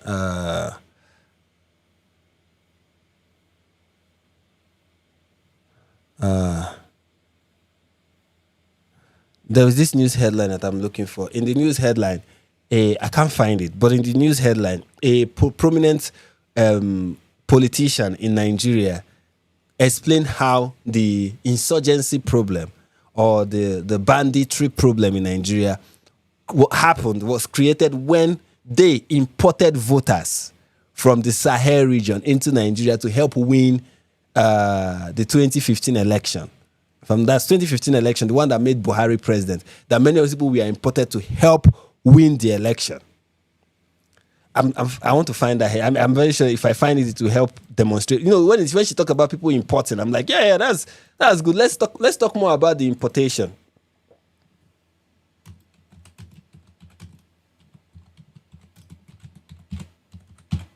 Let me see if I can find. Oh, I found it. Brilliant. You know, talk about those who are importing these mercenaries, these mercenaries who are fake Muslims, obviously, because there's nothing in Islam, absolutely nothing in Islam. You know, although the religion has had a history of doing this, like this is nothing new in the religion. This is not a new chapter in the history of Islam. This is something that is, you know, this is like the order of the day. This is business as usual as far as Islam is concerned. But, you know, of course, fake Muslims everywhere. But here is Kawu Baraje talking about, you know, what they did to win the 2015 election. We brought in Fulani militias from Mali, Sierra Leone, Senegal, and others to win 2015 election. Let me read that again. You know, let me read it clearly. We brought in Fulani militias from Mali, Sierra Leone, Senegal, others to win 2015 election, according to this man. And he said it during his birthday. Revelations have started to be made on how Nigeria got itself into the current high level of insecurity in the country. Abubakar Kawu Baraje, a former chieftain of the ruling All Progressive Congress, that's APC, the party that is currently in charge of the country, running the country, that has elected. On Monday, this chieftain traced the origin of the current insecurity in Nigeria to the influx of Fulani from neighboring countries like Sierra Leone, Mali, Senegal, Niger, and Chad, brought into the country for election purposes in 2015. He said this in Ilorin as part of activities to mark his 70th birthday anniversary. He also backed self-help initiative of the Southwest governor, stating that response of other blah, blah, blah, blah. He said other things at the end of the day. But here is what he said. Here is the crucial point of what he said is that we are the ones who imported these people. We are the ones who imported these Fulani militias. And the goal is so that they will vote, you know, they will be part of the people that will vote for us in the 2015 election. We imported voters. We imported these terrorists so that they will vote for us. Again, see, what I do is I read headlines. I show you what the headlines are saying. What is she doing? You know, she's just riffing. She's just like, you know, vibes. She's vibing it. You know, she doesn't know, but she knows. You know, she's just Candice Owensing the whole thing. Very beautiful stuff. This is how you know she's a true journalist. Because even within our borders, these so-called jihadists are not Nigerians. Now, this agenda did not just start today, right? It didn't start today. It's been meticulously prepared. There have been several NGOs around the world, and not just this year, like over a few years, that have been pushing this Christian genocide narrative. I'm happy you're recognizing that it did not just start today. You know, so many of your friends will say, why now? Why are they talking about it now? I'm happy that you're not one of those that will be like, why now? Why this sudden interest? I'm happy that you are recognizing that this is something that have been spoken about, you know, by various organizations for a very long time now. The interest has always been there. It just became bigger recently. To their Western audiences, and these people are close to the government. They've been doing reports, petitions, slogans, like terrible slogans like "genocide is loading." I did see that slogan. Like, it's so clear. It's so clear that it's been planned carefully. From the US to Nigeria, how a Christian genocide narrative is being manufactured.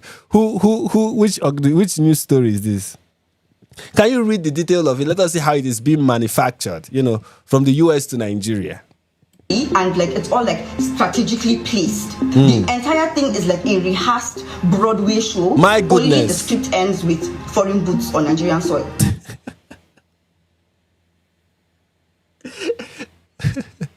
There is a foreign boot on Nigerian soil. It's from China. There's this American group that's called the International Coalition Against Christian Genocide in Nigeria, and they've been petitioning US lawmakers. You can Google it. They've also published reports claiming tens and thousands of Christians were killed over the years. Okay. There's another group that is US, it's called the Jubilee Campaign, okay. and they launched a campaign called Genocide is Loading. Okay. Like, how obvious can you be? You're launching a campaign called Genocide is Loading, and then you're filing international complaints. And then another movement that... What is the... Which kind? This is the lowest level of conspiracy. Okay, there are organizations that are tracking this and calling this and saying, well, okay, so what is you? And so? Like, and so? There are international organizations that are calling for, that are talking about Gaza every day. What does that prove? Will you say there is no problem in Gaza? There are organizations that before October 7, 2023, they have been calling what is happening in Gaza an open-air prison. They have been talking about liberation of Palestinians. They've been talking about how, Palestinians are suffering in Gaza and they are suffering in the West Bank. They have been doing it for years. And many of them are in the United States, they are in the UK, they are in Canada, they are in Germany. They are all over the place. They are even in your very country, Nigeria. What does that mean? Does that mean it is propaganda? Will you agree then that it means that what is happening in Palestine is propaganda? All the talks we are hearing about genocide is propaganda? Will you admit that? Based on your own logic? Of course you would not. But she's like, they're not even hiding it. They're not. And then there's this face that she does. Please. It's called the Christian Solidarity International, which is a Swiss group with the UN. And they have... Have you heard of UNRWA? Have you heard of UNRWA? Status have also been amplifying the same message. Okay. And then let's bring the think tanks in, because enter them swiftly.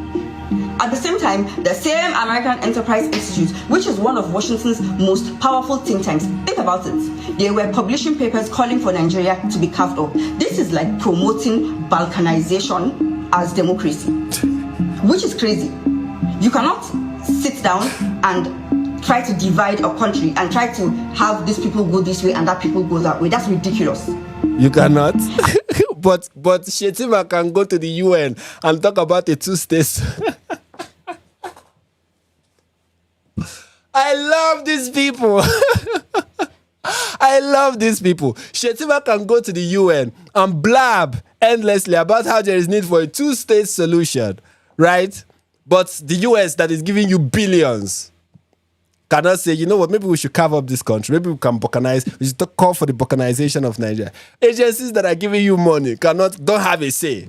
But Shetima, that has never done anything for Gaza, can go to the UN and say, we join the collective effort in calling for a two-state solution, which is the obviously morally option available to the world right now. He can go there and call for a two-state solution. Let us have a two-state, if a multiple-state solution in Nigeria. How about that?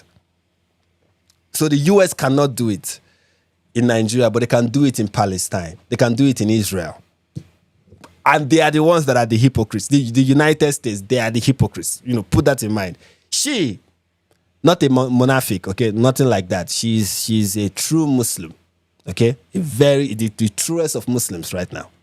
And this is the same blueprints that they've used 1,000,000 times over in Libya, in Iraq, in Syria. Where is the example? Give us the example of when they used this in Libya and Iraq and Syria. Why did the US go into Syria? Was it not ISIS? Why did they go into Iraq? Was it not weapons of mass destruction? Why did they go into Libya? Was it not Gaddafi? You're making it look like that is the same thing. That is not. You people do this all the time as if it is all the same thing, but it is not. You are lying. You are lying. It is not. It is not. You liar. All over the world, it's divide, weaken, extract. This is like the intellectual version of a thief robbing you, then he'll blame you for being robbed while his hand is still in your pocket. My goodness. That's how crazy this is. And the goal is obvious. It's obvious and it's simple. Divide Nigeria, weaken Nigeria, exploit Nigeria. Yeah, you know what I find very interesting is when you accuse the United States of dividing Nigeria, weakening Nigeria, and exploiting Nigeria. Come on. I think that who you are referring to is the Nigerian government. They are experts, okay, in dividing Nigeria. I mean, there were multiple when Buhari was president, multiple news stories. We are talking about how Buhari was dividing Nigeria. How Buhari was. Let me show you guys. Sometimes when I see some of these things, let me not be like this lady.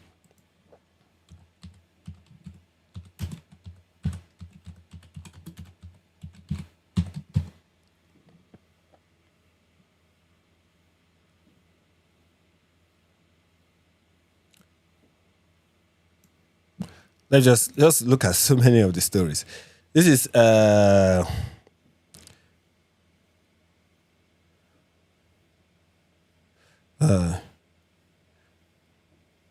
this is according to PDP. This is claim. Buhari's government dividing Nigeria. Here's another one. That's one of the claims that was being levied. Here's another one. Buhari setting agenda for Nigeria's division. That was one of the things that he was accused of. I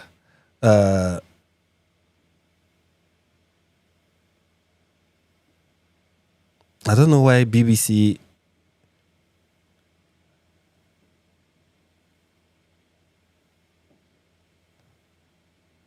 I don't know why BBC Pidgin is what I keep seeing here when I want to say BBC English. Here's another one. Group accuses Buhari of dividing Nigeria with his utterance. Buhari APC dividing Nigeria, says Lamido. You see the Nigeria divided, we are falling. Femifa accuses Buhari of dividing Nigeria. Nigeria divided over, okay. Buhari cautioned those divided, okay, not this one. So let's look at some of the accusations of division and what it is based on.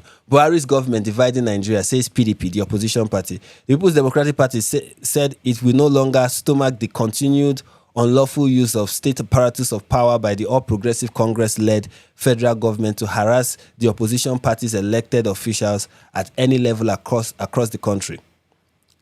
That is one headline. Another one. Buhari setting agenda for Nigeria's division. That is according to this person. Political strategist, whoever, has faulted President Major General Buhari style of government, stating that he has broken all the records in Nigeria in a negative way since he assumed office in 2015. According to him, no political leader in Nigeria's history has divided Nigeria along ethnic lines as much as Buhari has done in the last 6 years, claiming that he is not a good example for who a Nigerian should be. This person stated this during an interview with Arise TV on Saturday, monitored by our correspondents. He faulted Buhari's appointment style as being lopsided, saying under no other president has the head of the three arms of government come from the same political constituency. This is a bad example. He's not he's not whatever. So you can see another example. Here's another one. Group accuses Buhari of dividing Nigeria with his utterances. A social political group, the Movement for Equity and Justice in Nigeria, MEJIN, has accused President Muhammadu Buhari of being a secessionist and showing divisive loyalty between the Niger Republic and Nigeria by his speeches. The group alleges that all the body language and utterance of the president favored the Niger Republic and the wider Fulani Empire in Africa. The movement spokesperson, Yinka Friday, made the allegation in a statement on Wednesday. The group also explained that succession bids in Nigeria has not always been an Igbo affair, as historic revisionists would want the world to believe, claiming that other regions have one time or the other demanded exit from the Nigerian Union. He also mentioned those behind the Nigerian breakup plot, blah, blah, blah, blah, blah. Here is another one. Here's another headline. Buhari APC dividing Nigeria, says Lamido. As president aspirant of the People's Democratic Party platform in 2019's presidential election, Alhaji Sule Lamido has alleged that President Muhammadu Buhari's administration has divided Nigeria and called on Nigerians to reject the divisive manipulation by the All Progressive Congress to hang on to power. He said the APC-led government have continuously divided Nigeria on ethnic and religious fault lines that has never been seen in this country, even as he called on the electorate to vote out the APC before they destroy the country completely. Lamido made the call in Makurdi, the Benue state capital, when he visited the state governor to declare his intention to run for the presidency of the country. He said the APC runs its platform based on self-declaration of Mr. Integrity by its leader, the president. Buhari stressing that the high level of corruption under his regime is mind-boggling. Buhari claimed to be the only president with integrity in the country, while he vilified every other person as corrupt. This is not true.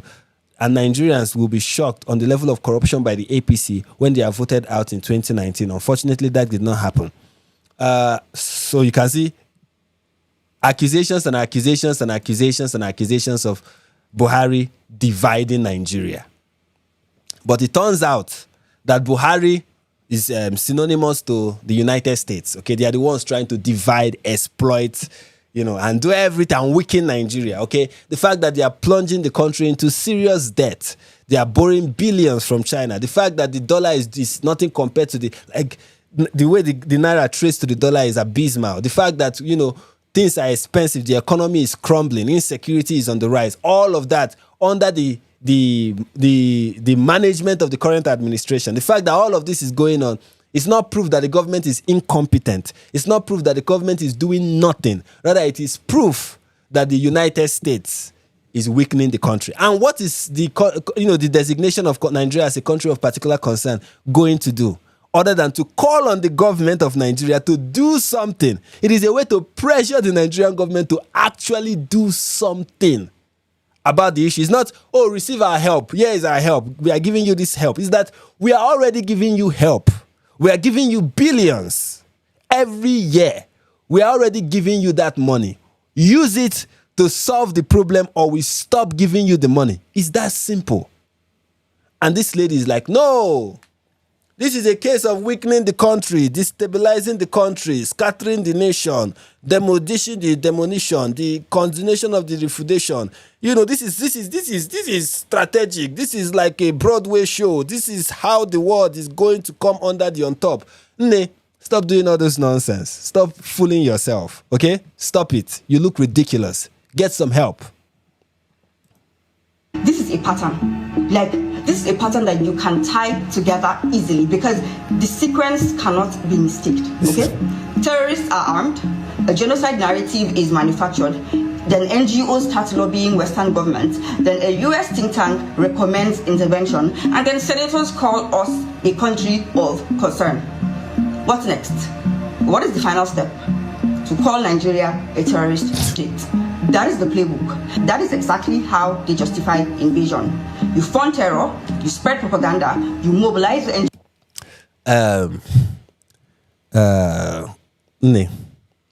Do you know that China is in the list of countries of particular concern and has been on that list for a very long time because they persecute Christians and they persecute Muslims? Do you know that China is on that list and China has never been declared a terrorist state? Do you know that Pakistan is on that list of countries of particular concern? Do you know how many? Name. This is my challenge to this lady. Name 5 countries on the list of countries of particular concern, designated such by the United States, that have now been declared a terrorist state. Name 5. What does she know? You mobilize think tanks with random talking points, and then you pass Senate resolutions. This is not about Christians or Muslims, okay? This is about Nigeria. This is about our sovereignty. Yes. This is about our unity. Oh, this God. is about our resources. Power. If we stay silent, if we don't wake up, I am telling you, one day we would wake up and realize that we have been colonized again. You will wake up and you see chains. Let me show that footage again. Where is that picture of chains? I want to see. You wake up and tomorrow you are in chains. You wake up and tomorrow you are looking like this. You wake up and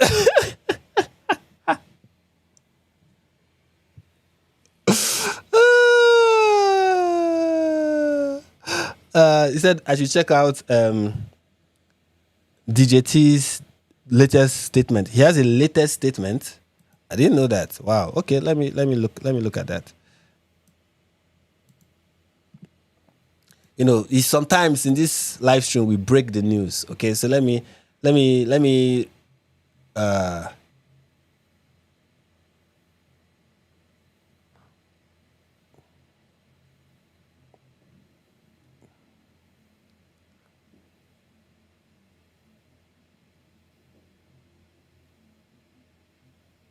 Oh my, wow. This is powerful breaking news.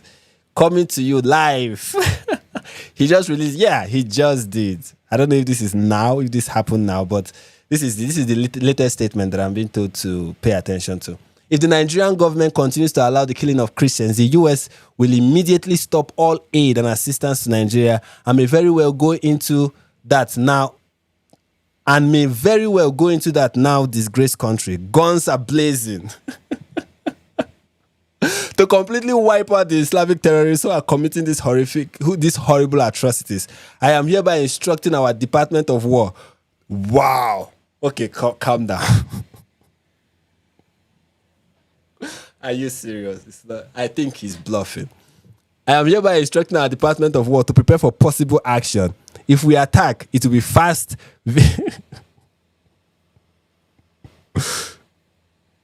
I think he's bluffing. I think he's bluffing. I think he's bluffing. I think he's bluffing. This is Trump. Trump is going to escalate and then de-escalate. He's going to go high. This is not going to happen. I guarantee that this is not. Remember when he was talking about Iran and it was like, he even used the word regime change. And he actually was not. I think he's bluffing. I think Trump is, wow, this is crazy stuff. My goodness. Panic mode activated. Whoa. I'm hereby instructing our Department of War to prepare for possible action. If we attack, it will be fast, vicious, and sweet. Just like the terrorist thug attack our cherished Christians. Warning, the Nigerian government better move fast. You see what I mean? Come on, it's obvious what he's trying to do here. He's trying to pressure the Nigerian government. Move fast or I will do something. Let me see. The person who posted this said, this is Adamu B. Galba II, master's degree holder. I warned on this few moments ago. Trump is not doing any of this. Everybody should calm down. I'm telling you, he's not doing any of this. This is from JC Chuku. Okay, Chuku, let me see. This is breaking news. I didn't even plan to respond to this, but this is happening, so we are responding to it. He said, breaking, the Nigerian president threatened to go into Nigeria, guns are blazing, to completely wipe out the Islamic terrorists who are killing Nigerians. And then he said, I'm hereby instructing our Department of War to prepare for possible action. My goodness. Okay, this is yikes. I'm like, I'm skeptical about this one.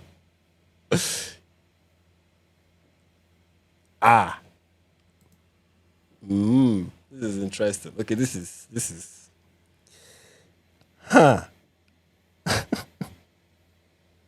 Here I was. Saying the Nigerian government will not put, the US government will not put troops on the ground. Trump has put me to shame.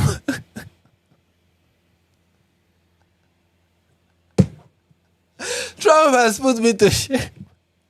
Here I was defending him.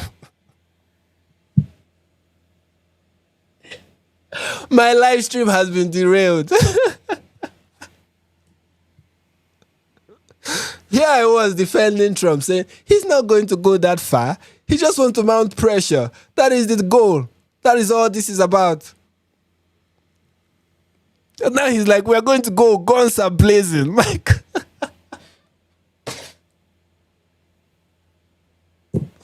Oh, no. Oh. My goodness, what is happening? Someone is saying something about me buffering. I'm not buffering, no. My network is showing like excellent.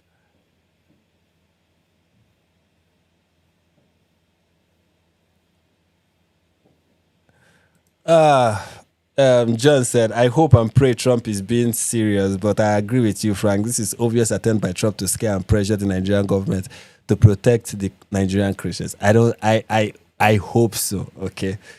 Trump does this a lot. I don't know, it's like, and I'm very sure now, so many, we warned you, we told you it will happen. we are going to get a lot of that moving forward. We're going to get a lot of, we told you it was going to happen. I mean, let me go through seems like Trump wasn't happy with the Nigerian government's response. Yeah, I think he's pressuring them. I think this is a pressure tactic from Donald Trump. I think this is a pressure. Whoa, this is a clear example of this escalated quickly. Like, that meme of, wow, that escalated quickly. That is appropriate for this moment right now. My goodness. That escalated quickly. Whoa. My God.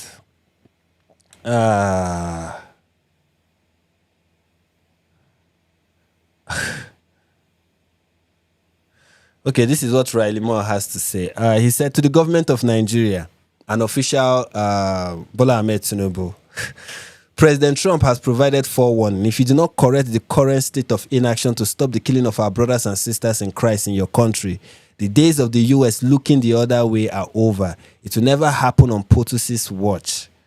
I urge you to cooperate with us in preventing these atrocities that worsens daily. We want your people to live in peace, all of them, especially Christians. The president has been clear. I will not test his resolve. Many have tried and all have failed.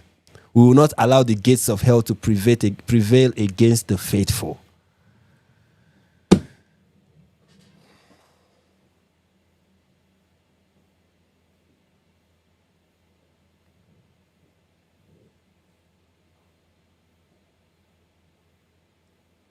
Man. I mean, they didn't even get to the point where they declare Nigeria a terrorist state. Wow. Wow. Wow. This is somebody who said the Christian genocide is a Peter Obi and obedient project. That's the opposition's, this is their project. They are the only ones supporting the agenda that will benefit no Nigerian. And then somebody said, and then this is what this person posted after Deborah Yakubu was killed. She said, Deborah is in hellfire. That's the truth. And I won't sugarcoat it for any pig.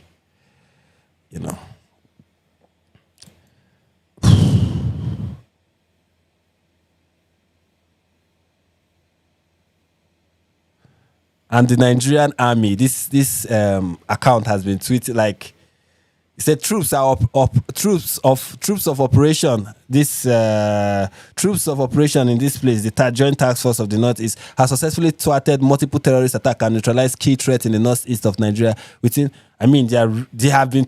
Just go to their Twitter account, and these guys have been tweeting nonstop of what they are doing to curb insecurity. Like, these people are afraid. They're like, the Nigeria. This is a pinned comment. So let's. This is the one we just read. Here's another one. Not this one. Here's another one. Troop unleashed an onslaught to neutralize terrorists, rescue 17 kidnapped victims, arrest 20 suspects. I mean, this is what they've... This is like 2 in the last 48 hours. This is 24 hours even.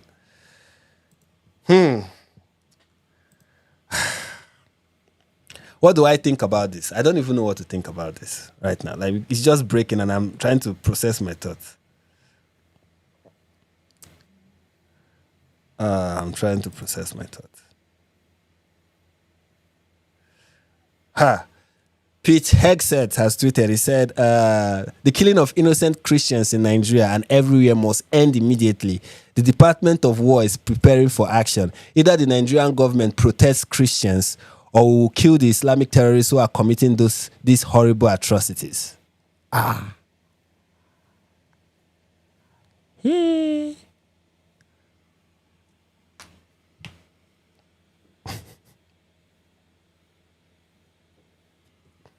Wow.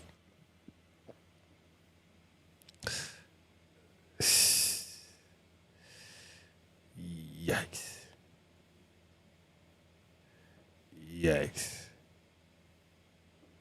Quietly and humbly put aside your empty threats and propaganda and read this slowly, very slowly, no rush.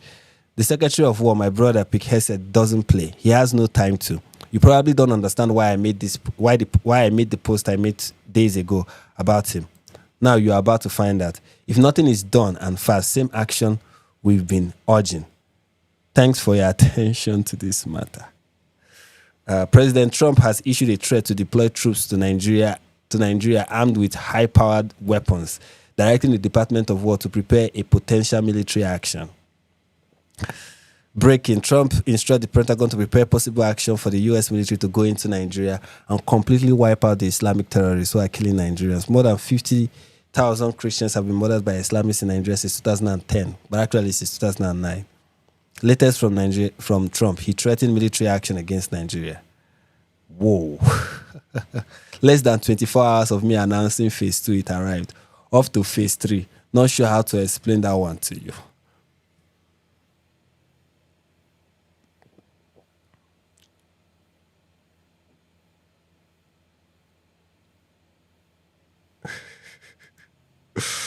The Russian KGB cooped up in Ghana has blocked all of us that propped him up. Now he gets to test a dose of his own medicine. The narcissistic scumbag chose Russia. I chose the US of A. That gave me an education.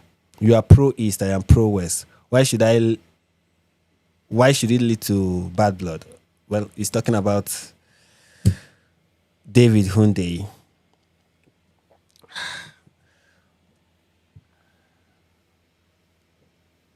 Somebody said, stage 2 activated, stage 3 will come without announcement.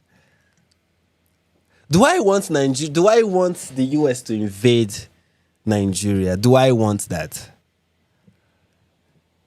I hope it doesn't get to that. Okay, but if I'm serious about this problem, if I'm really serious about it, then I would want everything necessary to be done. Okay, my hope, my imagination, how I was thinking it in my head, and maybe I was being too naive, is that the Nigerian government will respond. I believe that there are talks that are going on right now, and I believe that Trump did not like the response he got from the Nigerian government. I think that's what is going on. That, Trump released the statement, and the Nigerian government did not give him the response that he wants, or that he wanted, or the type that is positive. And because of that, he released this second one to let them know, look,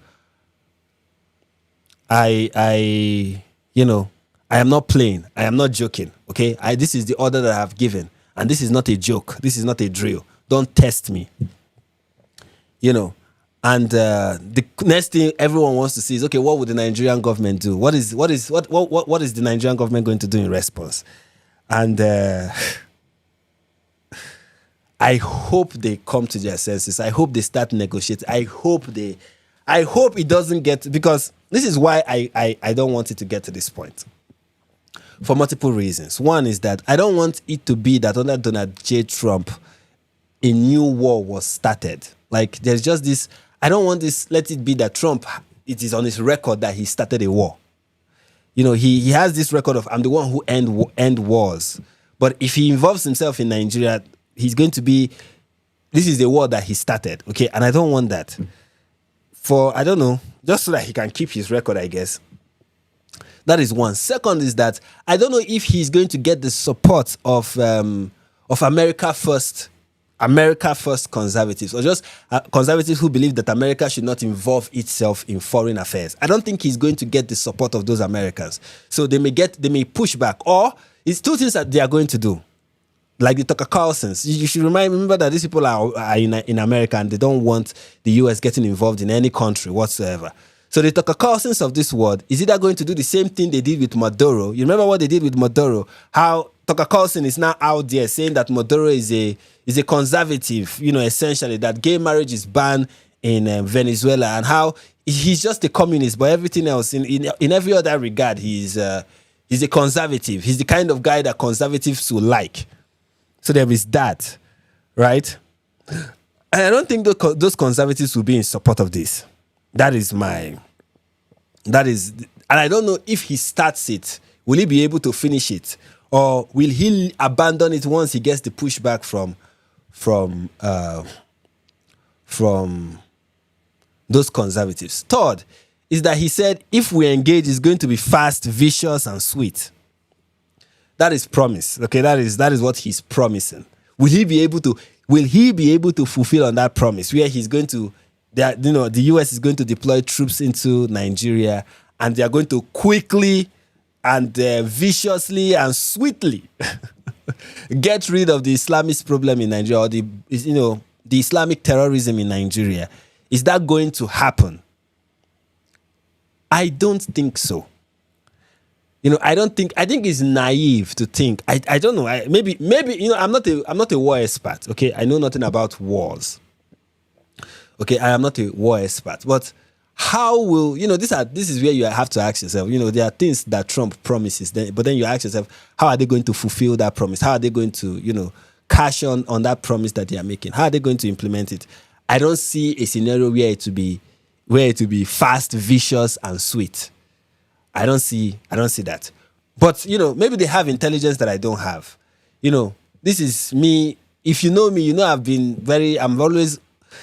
I always take whatever Trump says with a pinch of salt, because I'm like, this is somebody who likes to exaggerate a lot. So I don't see that happening. If that is what is going to happen, where, the US is going to go into Nigeria, it's going to be short, sweet, and vicious.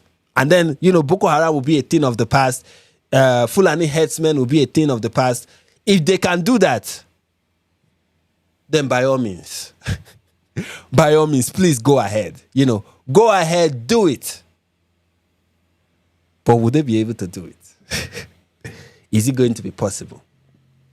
Now, again, another question becomes, what are the options? Will it be airstrikes, or will they have boots on the ground? If they are going to do it like with airstrikes, you just order airstrikes and then precision strikes, the places where these terrorists are camping, which the Nigerian government also know. The villages that they've taken over, where they are located, and then you do precision strikes against them, like Israel when they go after Hamas. You do these precision strikes on strategic locations.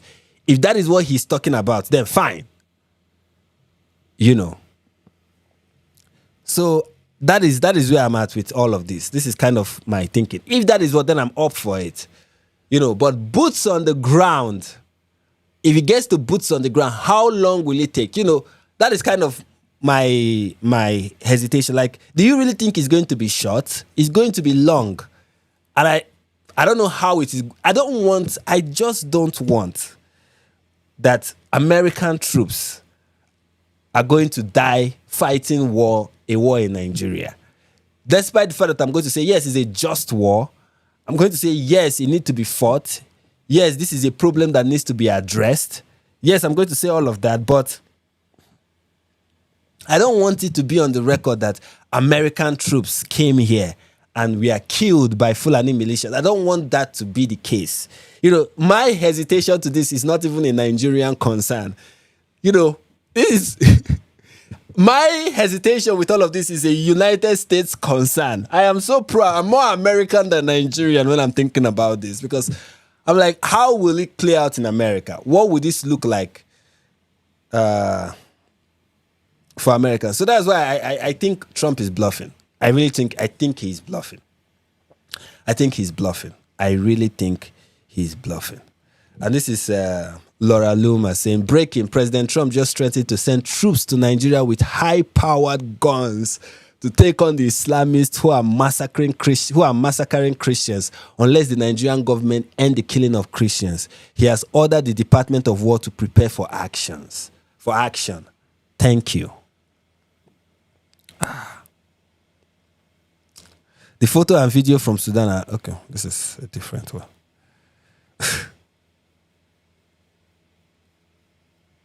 I think that is the thing. I feel, at the end of the day, this is going to be, it should be drone, like this person is saying, it should be drone strikes. I just do not want, like, whatever the US is going to do, let it be drone strikes. Please, please, please, let it just be drone strikes. Let it end at drone strikes. I just want it to be drone strikes alone. Just precise drone strikes. That is what I want. If you are going to, I want them to, like, make no mistake, I want this to happen. I'm not like one of those people who's like, oh, they want me. No, I want it to happen. The question is, how do I want it to happen? Okay, the question is, how do I want it to happen? I want this to happen, but how should it happen is where I am kind of hesitant. So understand my hesitation. My hesitation is not, No. I'm not of those who are like, you see, now that they come in, they will take our natural resources. You see, now that they're going to invade this country like they did to Afghanistan. You see, I'm not of those people. I'm not in that camp. I'm in the camp of, if you're going to intervene, let it be drone strikes. If you're going to intervene, let it be something like that. Let it not be that you are going to have boots on the ground. I hope it doesn't come to that. But then he says gun ablazing, so I don't even know.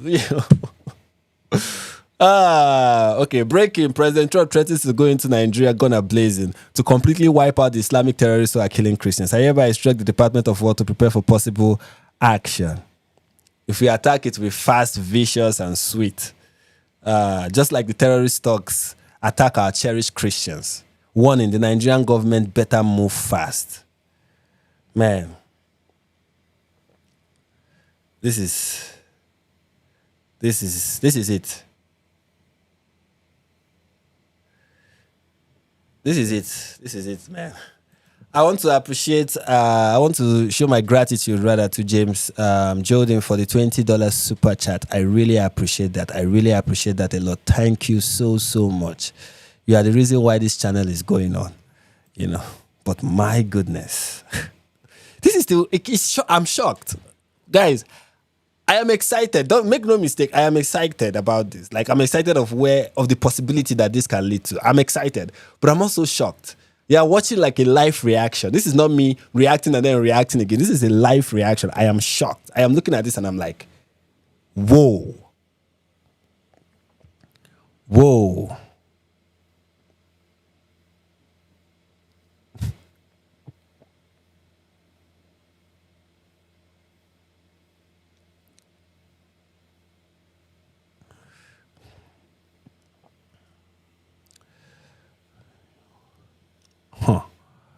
Whoa. This is so we say I see the hot. No be small as they hot. Oh, see, I'm sweating. I am sweating. Oh, this thing is hot. My goodness, this is shocking. I am shocked, guys. I am in serious shock. I'm in serious shock. I am in serious shock. Let me see more. I think more is coming out. I want to see more of this. Just watch my process as I go through Twitter right now. People are not helping. All of you that are still denying what is happening in Nigeria, it's not helping. This is not as in we are way past Nigerian government. If you people are wise, okay, if you people are wise, we are way past denying the situation. Okay, we are way past that. We are way past that. We are way this. They know, the US knows that what they are accusing you of is true. They know that what they are accusing you of is true. This. Let's go out and make a statement. That is. If you do not want this to get that far, Nigerian government, you have to do something. You have to care about your citizens for once. Care about them. People are actually dying. Girls are being raped, kidnapped. Okay? Leah Sharibu is still in the hands of Boko Haram, for Christ's sake. Many Muslim girls have been released, but she has been there because she refused to convert. That is happening. Okay, there is real situation going on. I know somebody like Gamer is like, what a joke. They will turn Nigeria to Afghanistan. Please. No, Nigeria is already on its way to becoming like Afghanistan. This will stop it.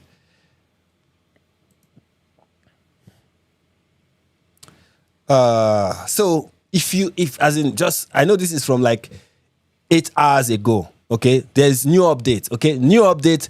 Start changing your tones. Admit. Let me give you what you should do. If the Nigerian government has any form of wisdom in their head, this is what they should do. Okay, this is just what they should do. It's a simple thing. It's very simple. This is what the Nigerian government should do, but they will not do it. I fear that they will not do it. Let this not be a hot weekend. Let me not wake up on Monday and hear that a drone strike has been ordered. Let me know, please. Please, we saw what happened with Iran. Okay, you don't want that. Okay, or maybe I want it. You can never tell. Maybe I want it. Maybe I want it. Maybe that's the solution we need. But yes, so here's a suggestion. This is the suggestion, a very good suggestion. If Tinubu is serious, what do you think he should be doing? One, show seriousness to ending state-sanctioned persecution of Christians in Nigeria. Instead of denying it, try to end it. Start from the simple. Optics matter. Every case of blasphemy across the country dismissed. Get charges withdrawn. Yes, because there are many cases of it in this country. People don't know this. Withdraw all the charges. Those who have been found guilty by Sharia courts, grant them pardon. You pardoned how many criminals just not too long ago? None of them we are those who we are accused of blasphemy. There is one now that is facing the death penalty. There is this guy who was defending his farmland against a Fulani header. And he, in self-defense, he killed the Fulani header, and he has been sentenced to death. How about you reverse all of that, or you give these people pardon? Let them go free. And every person who is being charged, order all the, public prosecutions. Other than, these cases, do not pursue them any further. Yes, I know, Sharia law and all whatnot, but stop. At least for the sake of optics. Make sure that the folks who killed Deborah and others for blasphemy face the law. Yes, all those who have engaged in this jungle justice, where before even the police will arrive, the so-called blasphemer is set on fire. Let the people who engage in this be prosecuted. The released Boko Haram members should be traced down and prosecuted. They must be punished. Be loud about it. Let it show that you are serious about this. Make sure those who have been displaced in their villages get back home. Those who have been staying in internally displaced places in the Middle Belt and in northern part of Nigeria for years now, let them be able to go back to their homeland. Let them be able to go home. Make it happen. You can do this. If you want to, you can. We see you. We know what the Nigerian military can do when it is southern Nigeria. Just that same vigor, that same passion with which you are ready to go into southern Nigeria and kill Igbo people and kill Niger Delta people. Just use that same vigor. Apply it to the north. Just do that. Okay, those villages in the core north, those predominantly Christian villages in the Middle Belt, let them have their homes back. Rebuild it. Pretend like you care. And don't disarm them like you always do when they want to protect themselves from terrorists. Let them be able to defend themselves. Now to the terrorists, you know them. You guys have had meetings with them. Hunt them down and rain hell on them. Make it a priority. They are no better than our military men. But those of us that know Tinubu know this will not happen. And that is the problem. We will prefer to lobby and spend hundreds of millions of naira on propaganda. He will prefer not to take the bull by the horn. He will put effort on getting journalists, influencers to say there is no Christian genocide in Nigeria. Let's hope he surprises us for good.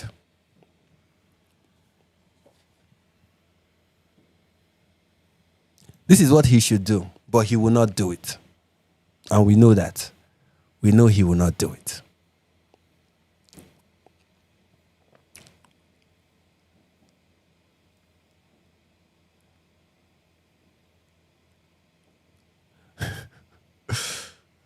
The only issue, okay, this is from 5 hours ago.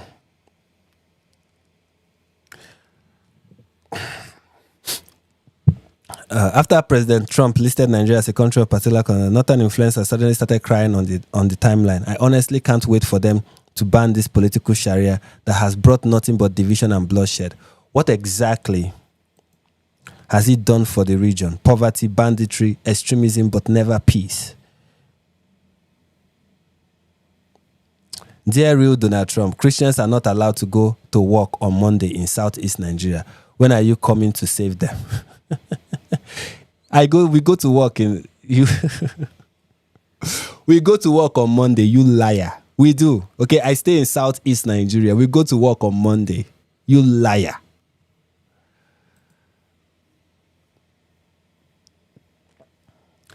While you are worried about Mondays, 1,000 Christians killed since 2009.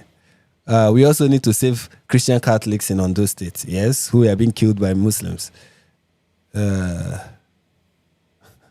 How about you releasing the leaders you put in detention for years? Yes, Nnamdi Kanu that you've kept without charge for years now.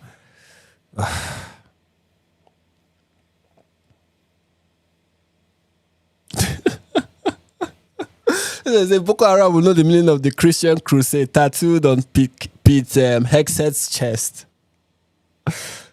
Today, Trump threatened military. Let me listen to what. Let's listen to Mike Winger. Huge update on the Nigeria situation.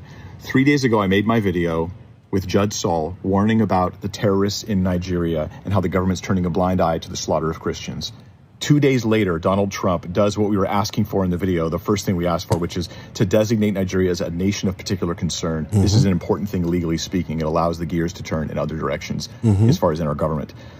Then today, we get a new announcement, and this is huge. I'm going to read it to you. This is what the president of the U.S. just said officially. He declares this to the Nigerian government. Let me read it to you. This levels things up. You'll hear the rhetoric. It's pretty intense. He says, if the Nigerian government continues to allow the killing of Christians, the USA will immediately stop all aid and assistance to Nigeria and may very well go into that now disgraced country guns a-blazing to completely wipe out the Islamic terrorists who are committing these horrible atrocities, Trump wrote. It goes on.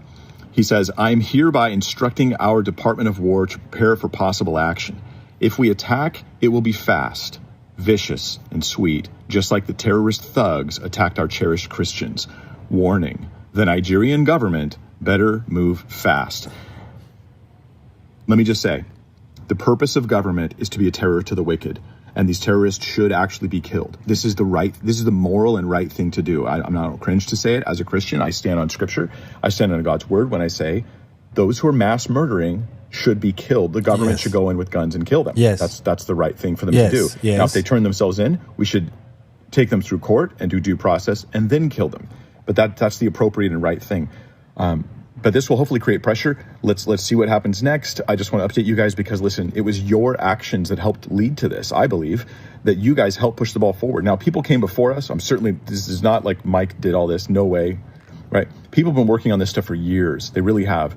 But I think that we helped grab the momentum that they created and we moved the ball forward. We, meaning like Judd Saul and you guys, we moved the ball forward. And this is what we've got going on right now. So it's a beautiful thing. Now, if you're a Muslim and you're watching this, I would encourage you to give your life to Jesus Christ because you're thinking Islam's taking over the world. But what's really happening is Islam is taking over your soul and it is taking you far from God. You've been lied to and lied to and lied to. And you need to open the Bible. You know, your book says that you should trust what's in our scriptures.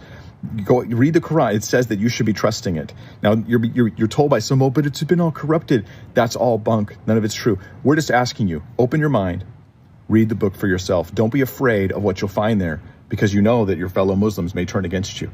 But you got to follow God no matter what the cost. Go read the Bible for yourself. Interesting times, ladies and gentlemen. This is interesting times.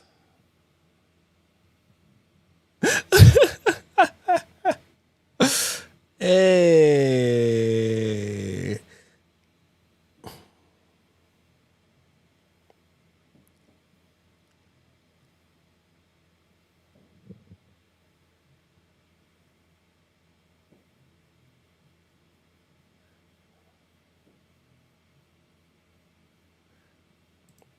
You see, all these analysts, Trump has shamed all of you.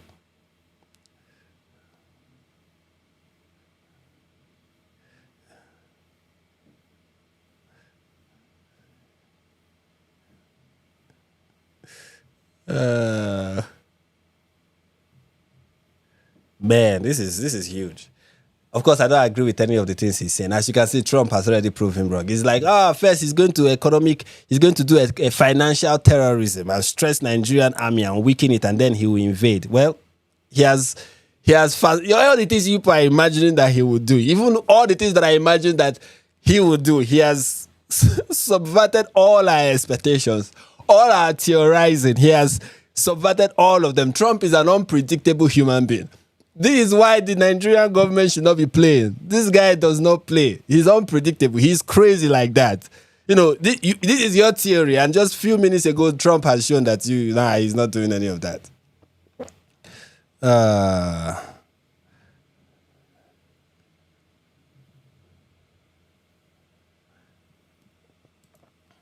All the bandits and Boko Haram is in the government in the bushes. Is it not high time the DSS and joints will arrest all of them and do the need for live TV to prevent this invasion by the US government? Our ineptitude now has consequences. That is all I'm saying. Like, just do something. Just do something about this. That's all you have to do. Do something about this. So, yep, breaking news, ladies and gentlemen. This is getting...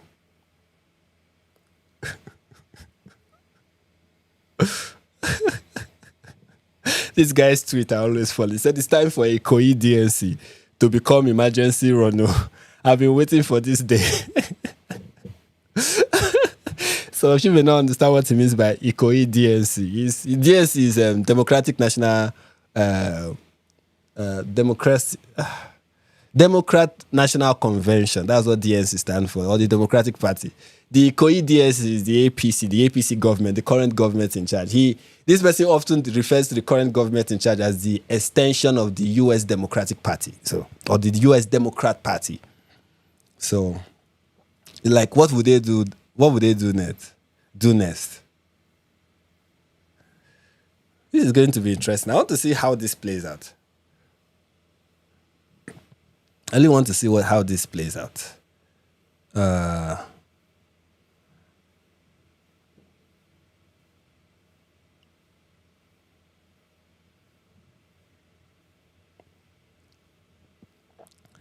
really want to see how this plays out. Anyway, so yeah, let's go back to our original program. Can we do that? Can we do that right now? I feel like I need to end the live stream and come back on Monday, relaxed.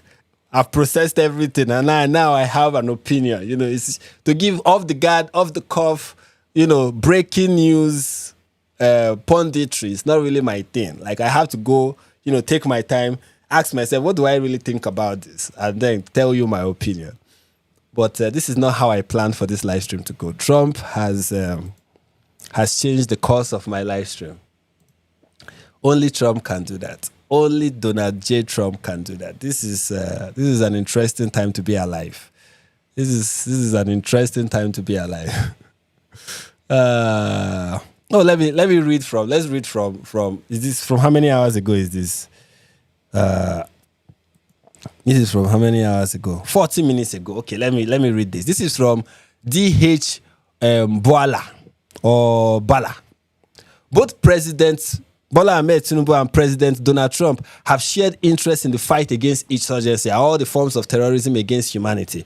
President Trump has assisted Nigeria a lot by authorizing the sale of arms to Nigeria, and President Tinubu has adequately utilized the opportunity in the fight against terrorism, for which we have massive results to show. Okay. As for the difference as to whether terrorists in Nigeria target only Christians or in fact all faith and no faith, the difference, if they exist, will be discussed and resolved by the two leaders when they meet in the coming days, either in State House or White House. It's not, you people are liars. Yeah. All the while this conversation started, all your government did was keep saying it's a lie, and that Ted Cruz and other US and UK legislators are paid $7,000 to lie. All of a sudden, your tonality has changed because of just two statements by Trump.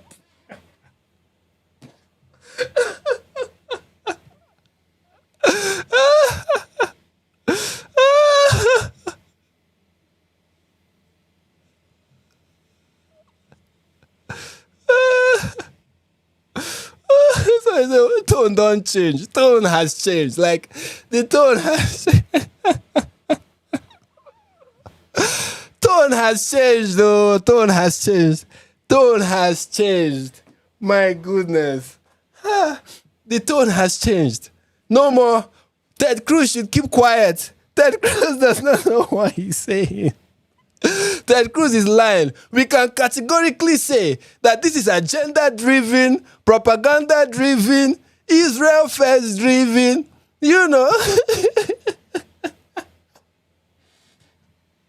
Now is, well, we are going to discuss our differences. My goodness. Hey, Tone don't change, oh. Chineke God. Hey, even CNN has carried it. President Trump says he's ordered the Pentagon to prepare for possible action in Nigeria as he continues to accuse the nation of violence against Christians. He said this is another like Islamist apologist. So just keep that in mind as we read this. I call on Arewa Twitter to immediately flood the platform with posts exposing how our Muslim brothers and sisters are slaughtered daily due to leadership failure and sheer lack of political will. Let the world witness the horror we have endured for far too long. The Nigerian government must act decisively and Okay. Okay, it's no longer there is no genocide. Now let's add the Muslim genocide so that the pressure on the Nigerian government can increase. Let us put pressure so that the Nigerian government can decisively eradicate terrorism across the country. Wow, look at that. This is what we call tone shift. Wow, see fear. Nigerians can fear like this. I thought people have mouth too. Hey, way. So people can fear like this. When I feel fear like this, fear don't catch that, but it don't shake. Jesus Christ. Be strong. Come on, tell them. Summon the U.S. ambassador. Close the embassy. Designate Nigeria as a country of serious concern. Come on.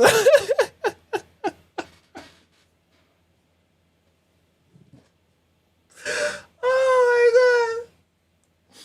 You put that voice. You people cannot talk again. Yeah. You people cannot talk again. Peter Obi has said something. Or is it Peter Obi I'm seeing here? Okay. He's not even saying anything. He's not even, Peter Obi is not saying anything. No. Baba is not saying anything.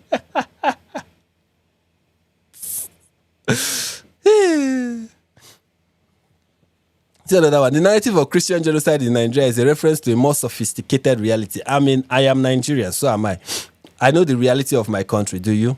I also have access to top policy-making circles in several capitals across the world. The bold fact is that Boko Haram is a terrorist group with avowedly fanatic religious motivations. Blah, blah, blah, blah, blah. Do I want to read the rest of this? No. Green light is all I need, sir. Read Donald Trump. Talk to your generals. I'll be willing to assist. Deploy the Marines, Air Force, Army. The whole place will be mapped. It will take proper planning to execute. I will have a mutual friend of ours reach out. 40-year-old veteran. The time is now. Chibueni, calm down, no. Brilliant. Don't mind the paid e-robot. Happy to hear your stories anytime. Any day, and I guarantee it will get to the highest level of authority in the state. At the end of the day, we don't want Christians or Muslims getting killed. We want everyone to have the freedom to worship whoever they want and however they want, and not get killed for it. This has always been presidents of the United States stance from day one. Even when Nigeria was first designated during his first term in office. Super glad the scales are now falling off and people are waking up en masse. God is great. They are afraid though. Okay, Chiku, they are afraid. That's why they are saying what they are saying. This is interesting. This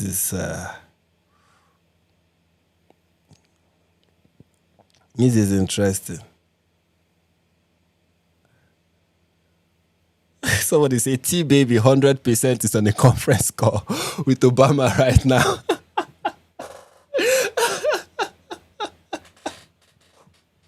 Oh my goodness. This is the litmus test to identify terrorist sympathizers, because you shouldn't be that mad that Trump wants to wipe out terrorists. Exactly, that's the thing.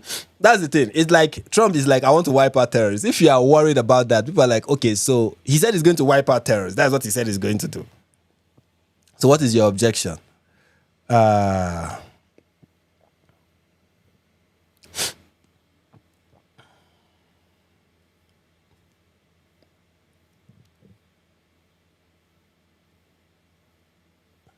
This is, wow. This is one hell of a weekend. Sunday is going to be lit. This is already Sunday. I mean, this is a wonderful way to start a new week. This is amazing. And you thought Omokri has had a bad day the other day. Imagine how the Sultan feels right now. I mean, well, guys, it's been fun. It's been fun. I have laughed, I have cried, and I have laughed again, and it's amazing. What we are witnessing is just nothing short of amazing. Like I'm blown away. I'm blown away. Final closing thoughts. Guys, prayer works, okay? Prayer does what? It works.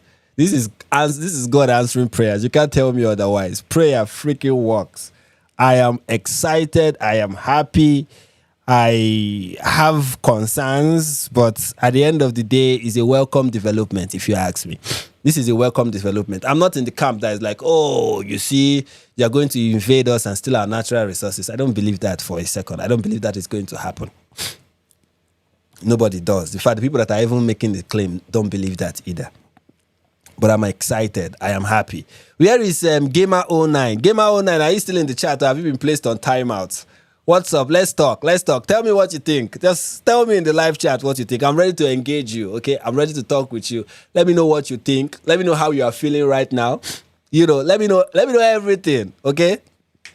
But this is a great live stream, okay? This is a great live stream. I didn't see this coming at all. And I'm glad that it's happening. What more can I say? Thank God. Okay, thank God. Okay, the shock is wearing off. Gradually. The shock is, because I'm in shock. I was in shock when I read that. Like, the shock is wearing off gradually. And I'm beaming with gratitude to God, and I'm just grateful to God. This is God's doing. This is the Lord's doing, and it is marvelous in our sight. Glory be to the Lord. Glory be to the Lord. What else can I say? Of course, I do not believe that they are coming here to steal our natural resources. What else? I believe this is a bold move. I believe that Trump is issuing threats to put pressure on the Nigerian government. Hopefully, they don't call his bluff, because then he will have to act. And the one thing you don't want to do is to embarrass President Trump. It's not going to end well for you. So, things are looking hopeful. And I know, of course, I'm very sure we are going to have the propagandists, the pro-Russian KGB propagandists that we have in this country, who are always they're not planning on doing anything. Somebody is asking, but what exactly? This username is funny. 1, 2, 3, 4, 5, 6, 7, 8, 9, 10. What exactly can America do to the Nigerian government? We are way past that right now. We are way past that. We're talking about war. Okay, we are talking about war. We are way past that. Get updated. Trump said he's going to go in with guns blazing. Okay, we are way past sanctions on the Nigerian government. We're now talking about guns blazing. Okay, this is on a different level now. We are talking about invasion. Okay, we are talking about the drone strikes. We are talking about deploying troops. We are way past. We're way past all the other things. Like, we are way past sanctions. We are way past that. Okay, this is real. We are threatening the living daylight out of you. That's where we are at right now. Okay, we are way past any of that. And what else? Just so many things. Many thoughts are just going through my head. I'm trying to pick out the significant ones. So yeah, of course, we are going to hear so many people, in the coming days or even in the coming hours. So many Nigerians will not sleep. So many Nigerians will go late to church tomorrow because they will be awake. This is almost 1 a.m. Many of them will be awake, tweeting away. They will go late to church tomorrow. I will not be one of them because I know how to handle late nights. Okay. But many Nigerians will be awake pontificating. And of course, we are going to hear from many Nigerians telling us how this is the tactic of the United States. This is how they destroyed Afghanistan. This is how they turned Libya into a mess. This is how they destroyed Somalia. This is how they destroyed Syria. This is how they destroyed the entire world. This is how they destroyed Yemen. They are going to come out and tell us all of that. But I don't believe that's what is going to happen. I believe that Nigeria is a unique case. I believe that. And I know it is true. I know that Nigeria is going to be a unique case. It is a unique case, and I welcome the U.S. military intervention in Nigeria. I welcome it 100%. I think it is good. I think it's a beautiful development, and I think it's the kind of pressure that Tinubu needs. Okay, it's the kind of pressure that he needs. And I mean, imagine if so many of these countries now that are like overrun by terrorists. Imagine that the U.S. had gone into them early enough. Imagine if the U.S. had intervened in 2018 or 2017. Imagine if that has been the case.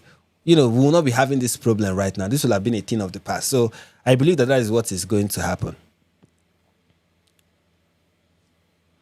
Somebody said, but dear Frank, if America does attack to defend the Christian villages, what will America gain materially? I don't see what they will gain. I don't see. Now, many people will be like, oh, that is where you are naive to think that they are not in for something, like they are here doing. The truth is, contrary to popular opinion, America does intervene in nations for humanitarian purposes. Okay? America has been in Somalia. What did they gain from Somalia?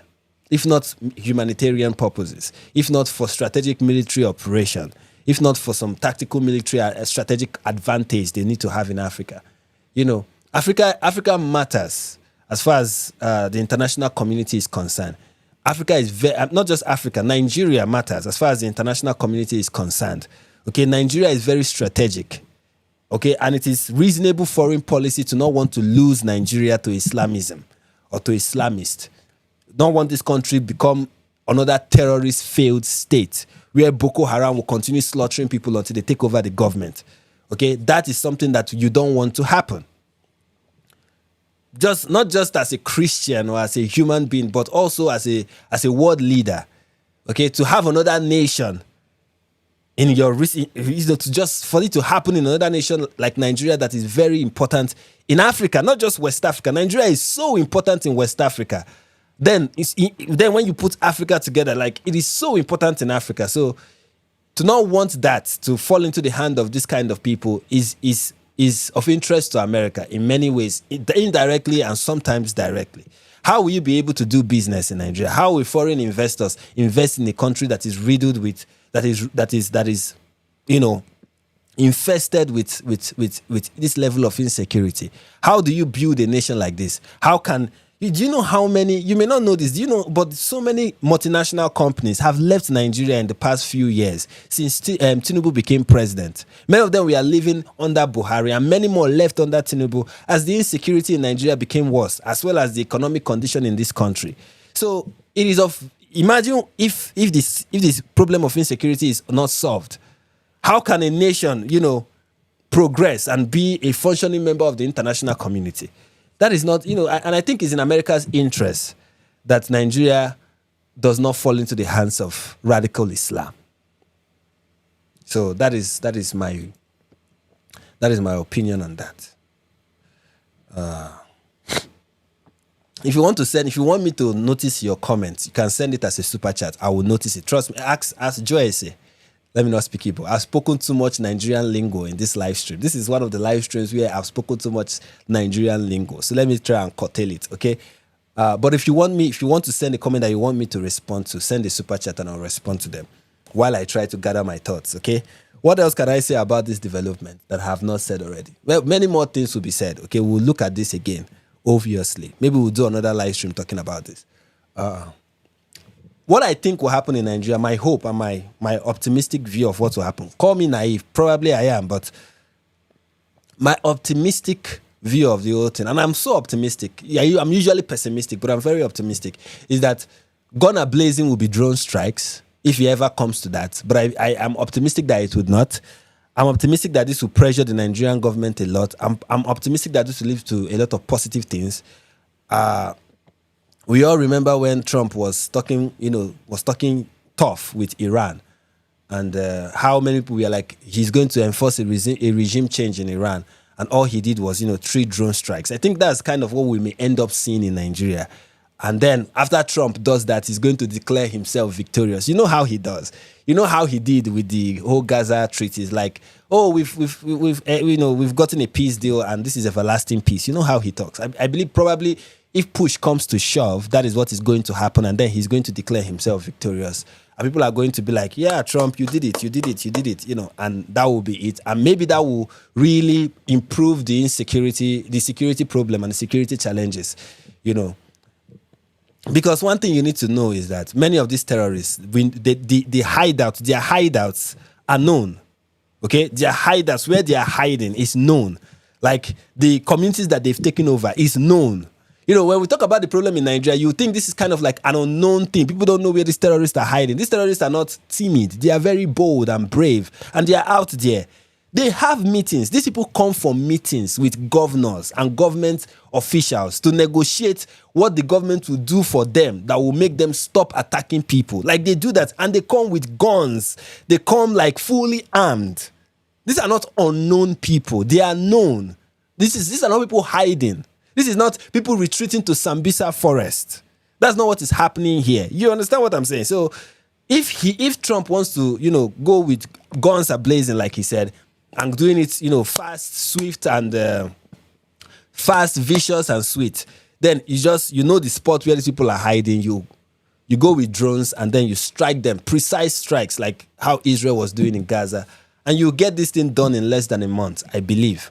But then again, I don't know so much about military. I'm not a military expert. This is just me talking as a civilian. I might be wrong. So that's what I think would happen. I'm still waiting for your super chats to ask me questions. Apparently, people don't like to ask me questions on this live stream. What is wrong with you people? What is wrong with this? And Trump has an interview on 60 Minutes coming up. And I wonder if he's going to talk about what is happening in Nigeria. Like, it's one thing. And people need to understand that this is a very good distraction for Trump. Like, he's not doing so well with the whole Putin stuff. So Nigeria is an easy win. And he's going to take that easy win. Nigerian government, do the needful.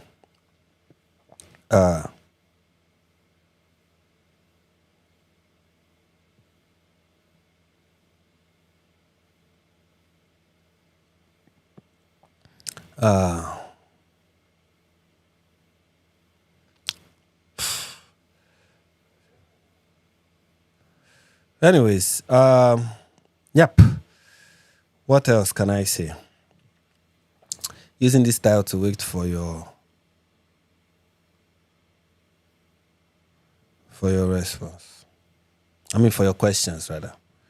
Hopefully you guys have those.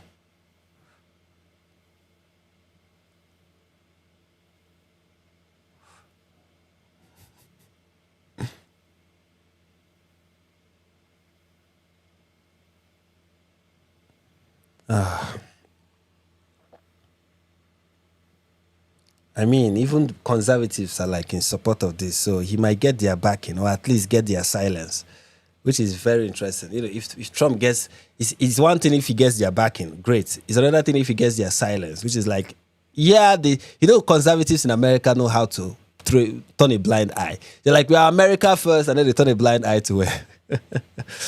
Again, as a conservative Christian, on what ground are you going to say Trump should not do this? You get where I'm coming from? Like, as a conservative Christian, you're going to be like, you don't want Christians. You get, like, this is the perfect storm. Like, this is perfect. Because conservatives will not oppose this. They will not. So, this is what Joel Berry is saying, greatest president ever. And my goodness. My goodness. Of course, people are like, oh, this is for resources, oil and gold. I didn't know Nigeria has gold, but of course, oil and gold. So, great. Okay. All right, guys. How do I end this? How do I wrap this up? Okay, wrap this up, rather. I want to thank God for this development, and I want to thank all of you for joining me in talking about it. And this is why, now, it's not just in times like this, but also in other times. But this is proof that God cares about his own people. And, the children of Israel, they were in slavery for so long. But when God remembered them, they were liberated. And God has not forgotten. Okay. Okay, if salvation does not come in this life, it will come in the year after. In the life after, not the year after. Year after, actually, not here. You know what? It will come in the afterlife. It will come in heaven. And what was I going with all of this? I don't even know. My goodness, I cannot gather my thoughts. Lord help me. Okay. You guys are watching me struggle. I hope you are entertained. Okay, I hope you are entertained. How do I end this? How do I end this? How do I end this? How do I end this? I'm grateful to see what is happening, and I'm grateful to see that God has come to deliver His people, and I believe that this will be the beginning of something great. I'm grateful to God. He's finally heard the prayers of those who have cried out to Him, and this is just one of the many ways. Okay, this is not the only way God shows it, but this is one of the many ways God demonstrates that those that put their trust in Him will never be put to shame. Now, like I said, this is not the only way. Okay, there are times God deliverance may not come, but there are many ways in which God demonstrates that those that put their trust in Him. Let me show you that scripture so you know that I'm not just quoting things for quoting sake.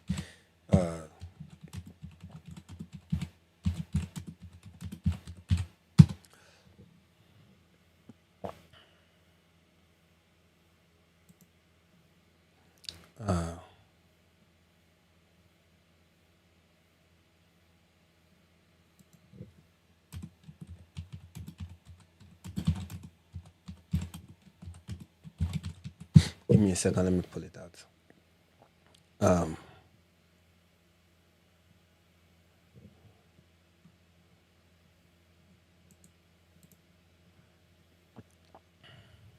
Romans 10:11.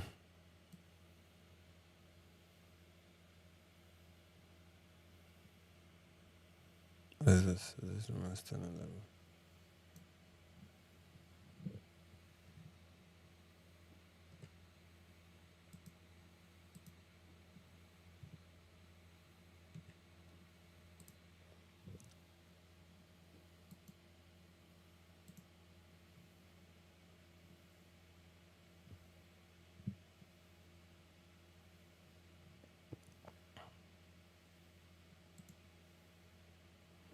Give me a second. Let me pull up the scripture. I don't know why my system is behaving rather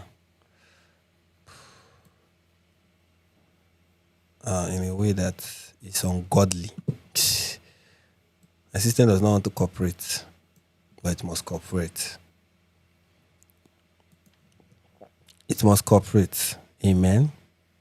Anyway, where was I? I was here. Okay. So Psalm 125 to 129. Psalm 125 verse 1. Those who trust in the Lord are like Mount Zion, which cannot be moved, but abides forever. As the mountain surrounds Jerusalem, so the Lord surrounds His people from this time forth and forever. For the scepter of the wicked shall not rest on the land allotted to the righteous, lest the righteous reach out their hand to iniquity. Do good, O Lord, to those who are good, and to those who are upright in their heart. As for such as turn aside to their crooked ways, the Lord shall lead them away with the work of iniquity. Peace be upon Israel. Then Psalm 126. When the Lord brought back the captivity of Zion. I don't even know why I'm reading this. There is one that is... Give me a second. What is going on?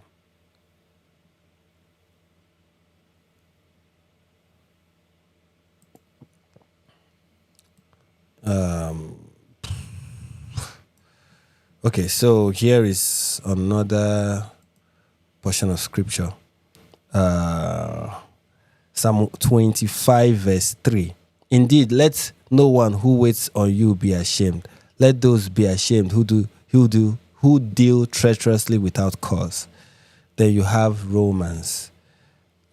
Give me a second. Give me a second.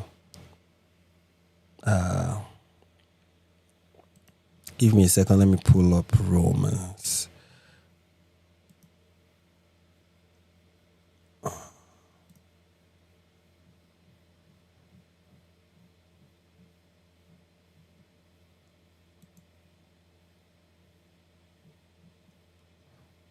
pull up Romans quickly.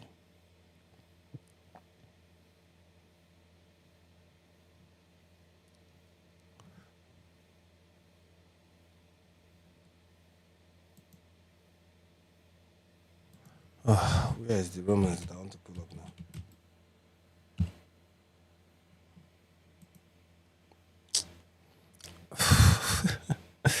Here is the Romans I want to put up now. My Romans have disappeared. Romans 10:11. Where are you?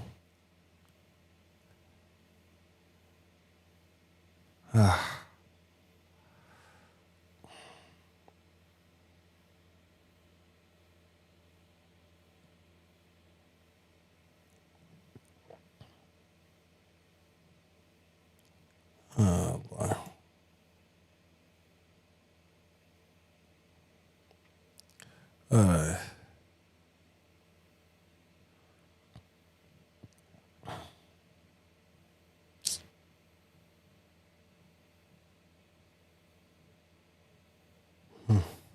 What is the meaning of this now?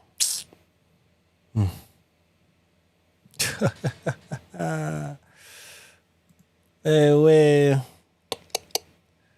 this is the worst case of that I've ever seen. Romans 10:11, please.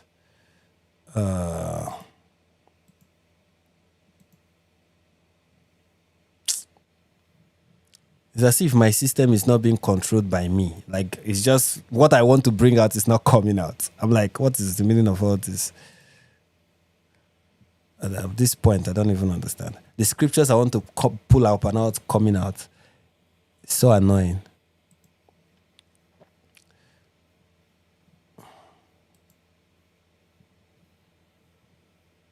Romans 10 verse 11 to 15. It said, for the scripture says, whoever believes on him will not be put to shame. For there is no distinction between Jew or Greek for the same blah, blah, blah, blah. But the point I want to bring out here is whoever believes on him will not be put to shame.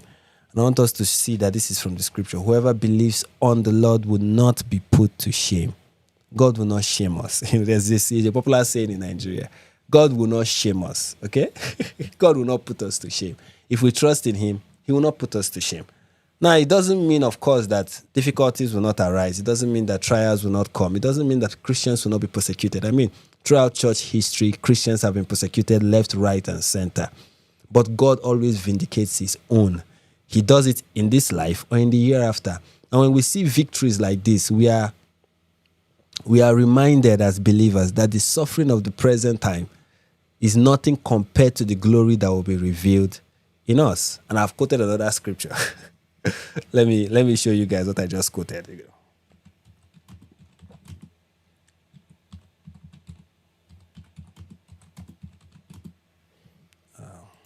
Let me show you guys what I just quoted so that you know that it is from the scripture. And this is our hope as believers, okay? The suffering of this present time is nothing compared to the glory that will be revealed in us, okay? God is going to come for us. He's going to come for us now, or he's going to come for us later. But he's never late. And when he comes, we will rejoice. Okay? For I reckon that the suffering of this present time is not worthy to be compared with the glory which shall be revealed in us. For the earnest expectation of creation eagerly waits for the revealing of the sons of God. For the creation was subjected to futility, not willingly, but because of him who subjected it in hope. Because the creation itself also will be delivered from the bondage of corruption into the glorious liberty of the children of God. For we know that the whole creation groans and labors with birth pangs together until now. Not only that, but we also who have the first fruit of the Spirit, even we ourselves, groan within ourselves, eagerly waiting for the adoption, the redemption of our body. And in that glorious day, in the resurrection of the body, we will not be put to shame. We will be glorified. Okay? And God will come and declare those that are his. And we will praise him forever and ever. So this is just a foretaste. This is just a sample of the great things that are to come for those that love God, for those that are called according to his purpose. if you want to share in that hope, if you want to share in that future liberation that is bigger than anything Trump can do, okay? Trump is coming and with guns are blazing, but when the real Messiah comes, when the real Savior comes again, when he comes again, it will be glorious. He will wipe away every tears from our eyes. Every tear from our eyes will be rolled away. He will make all things new. Okay? And I look forward to that glorious day. And I want you to join me in looking forward to it. The first thing to do, if you want to hope in expectation for that great glorious day, where we will rejoice forever, the first step to doing that is coming to Jesus, laying your sins at the foot of the cross, where forgiveness is available, where justification is available, and receiving by faith the sacrifice of Jesus, his death, burial, and resurrection, that is able to make you clean and translate you from the kingdom of darkness to the kingdom of his dear Son. God loves you. God cares about you. He is not finished with you. And he wants to save you from your sin. That is why 2,000 years ago, he sent his only begotten Son to die for you. Okay? Delivering you from your sins. And in the resurrection, he's going to deliver you from this body of sin.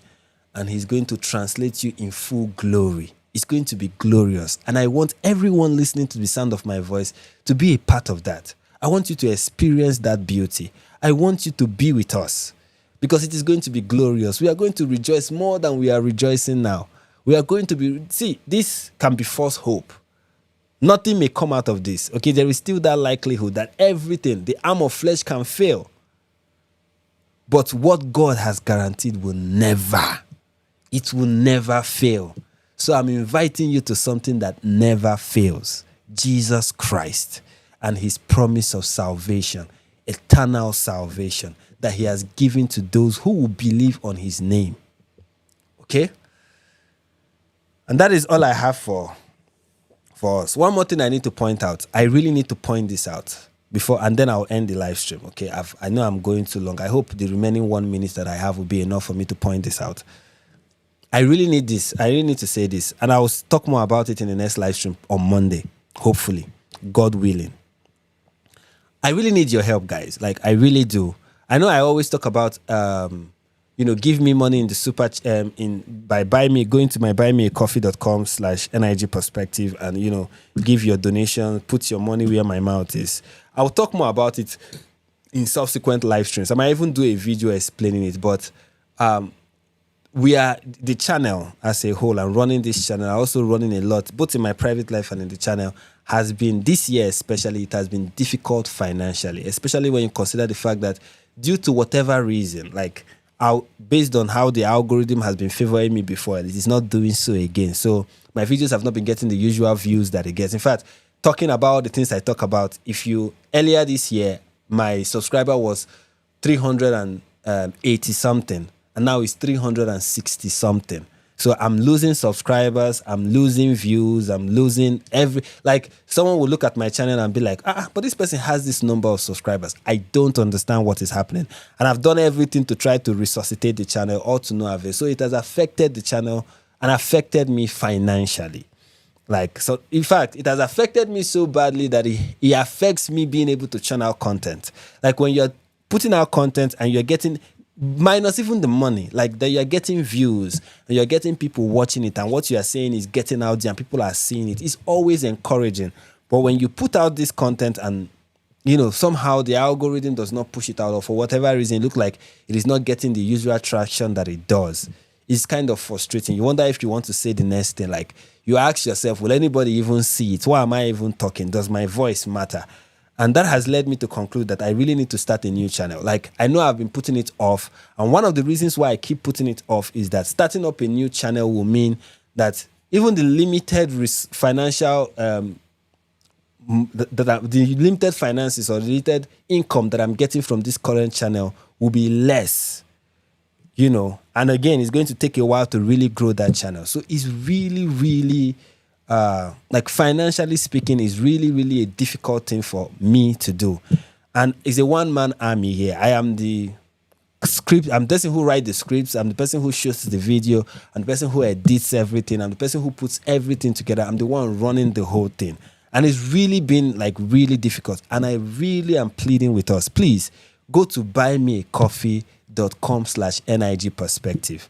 Before you stop seeing me on YouTube, I will go and do something else with my I don't even know what I'm going to do with my life, because I've like put every other thing on hold just so I can be here and talk with you guys and do the things that I do. And I know many of you enjoy it. Many of you want to see it going on.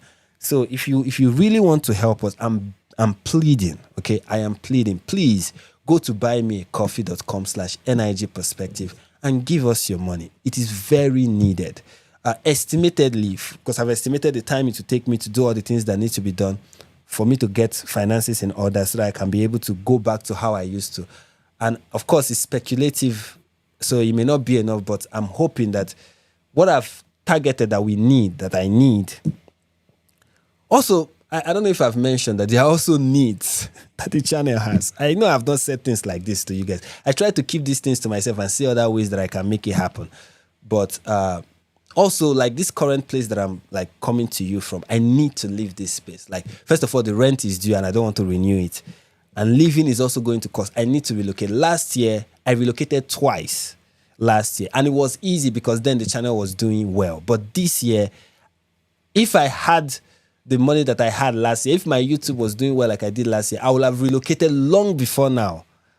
Because I really need to leave this place. I will have relocated long before now. And it is these are part of things that is affecting the outputs that you see on this channel.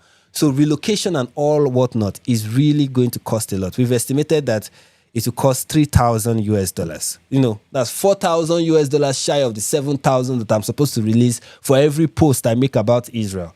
But it's you know, the estimated cost is $3,000. And I don't know how we are going to get to that. And we have 2 months. That's another interesting thing. We have 2 months.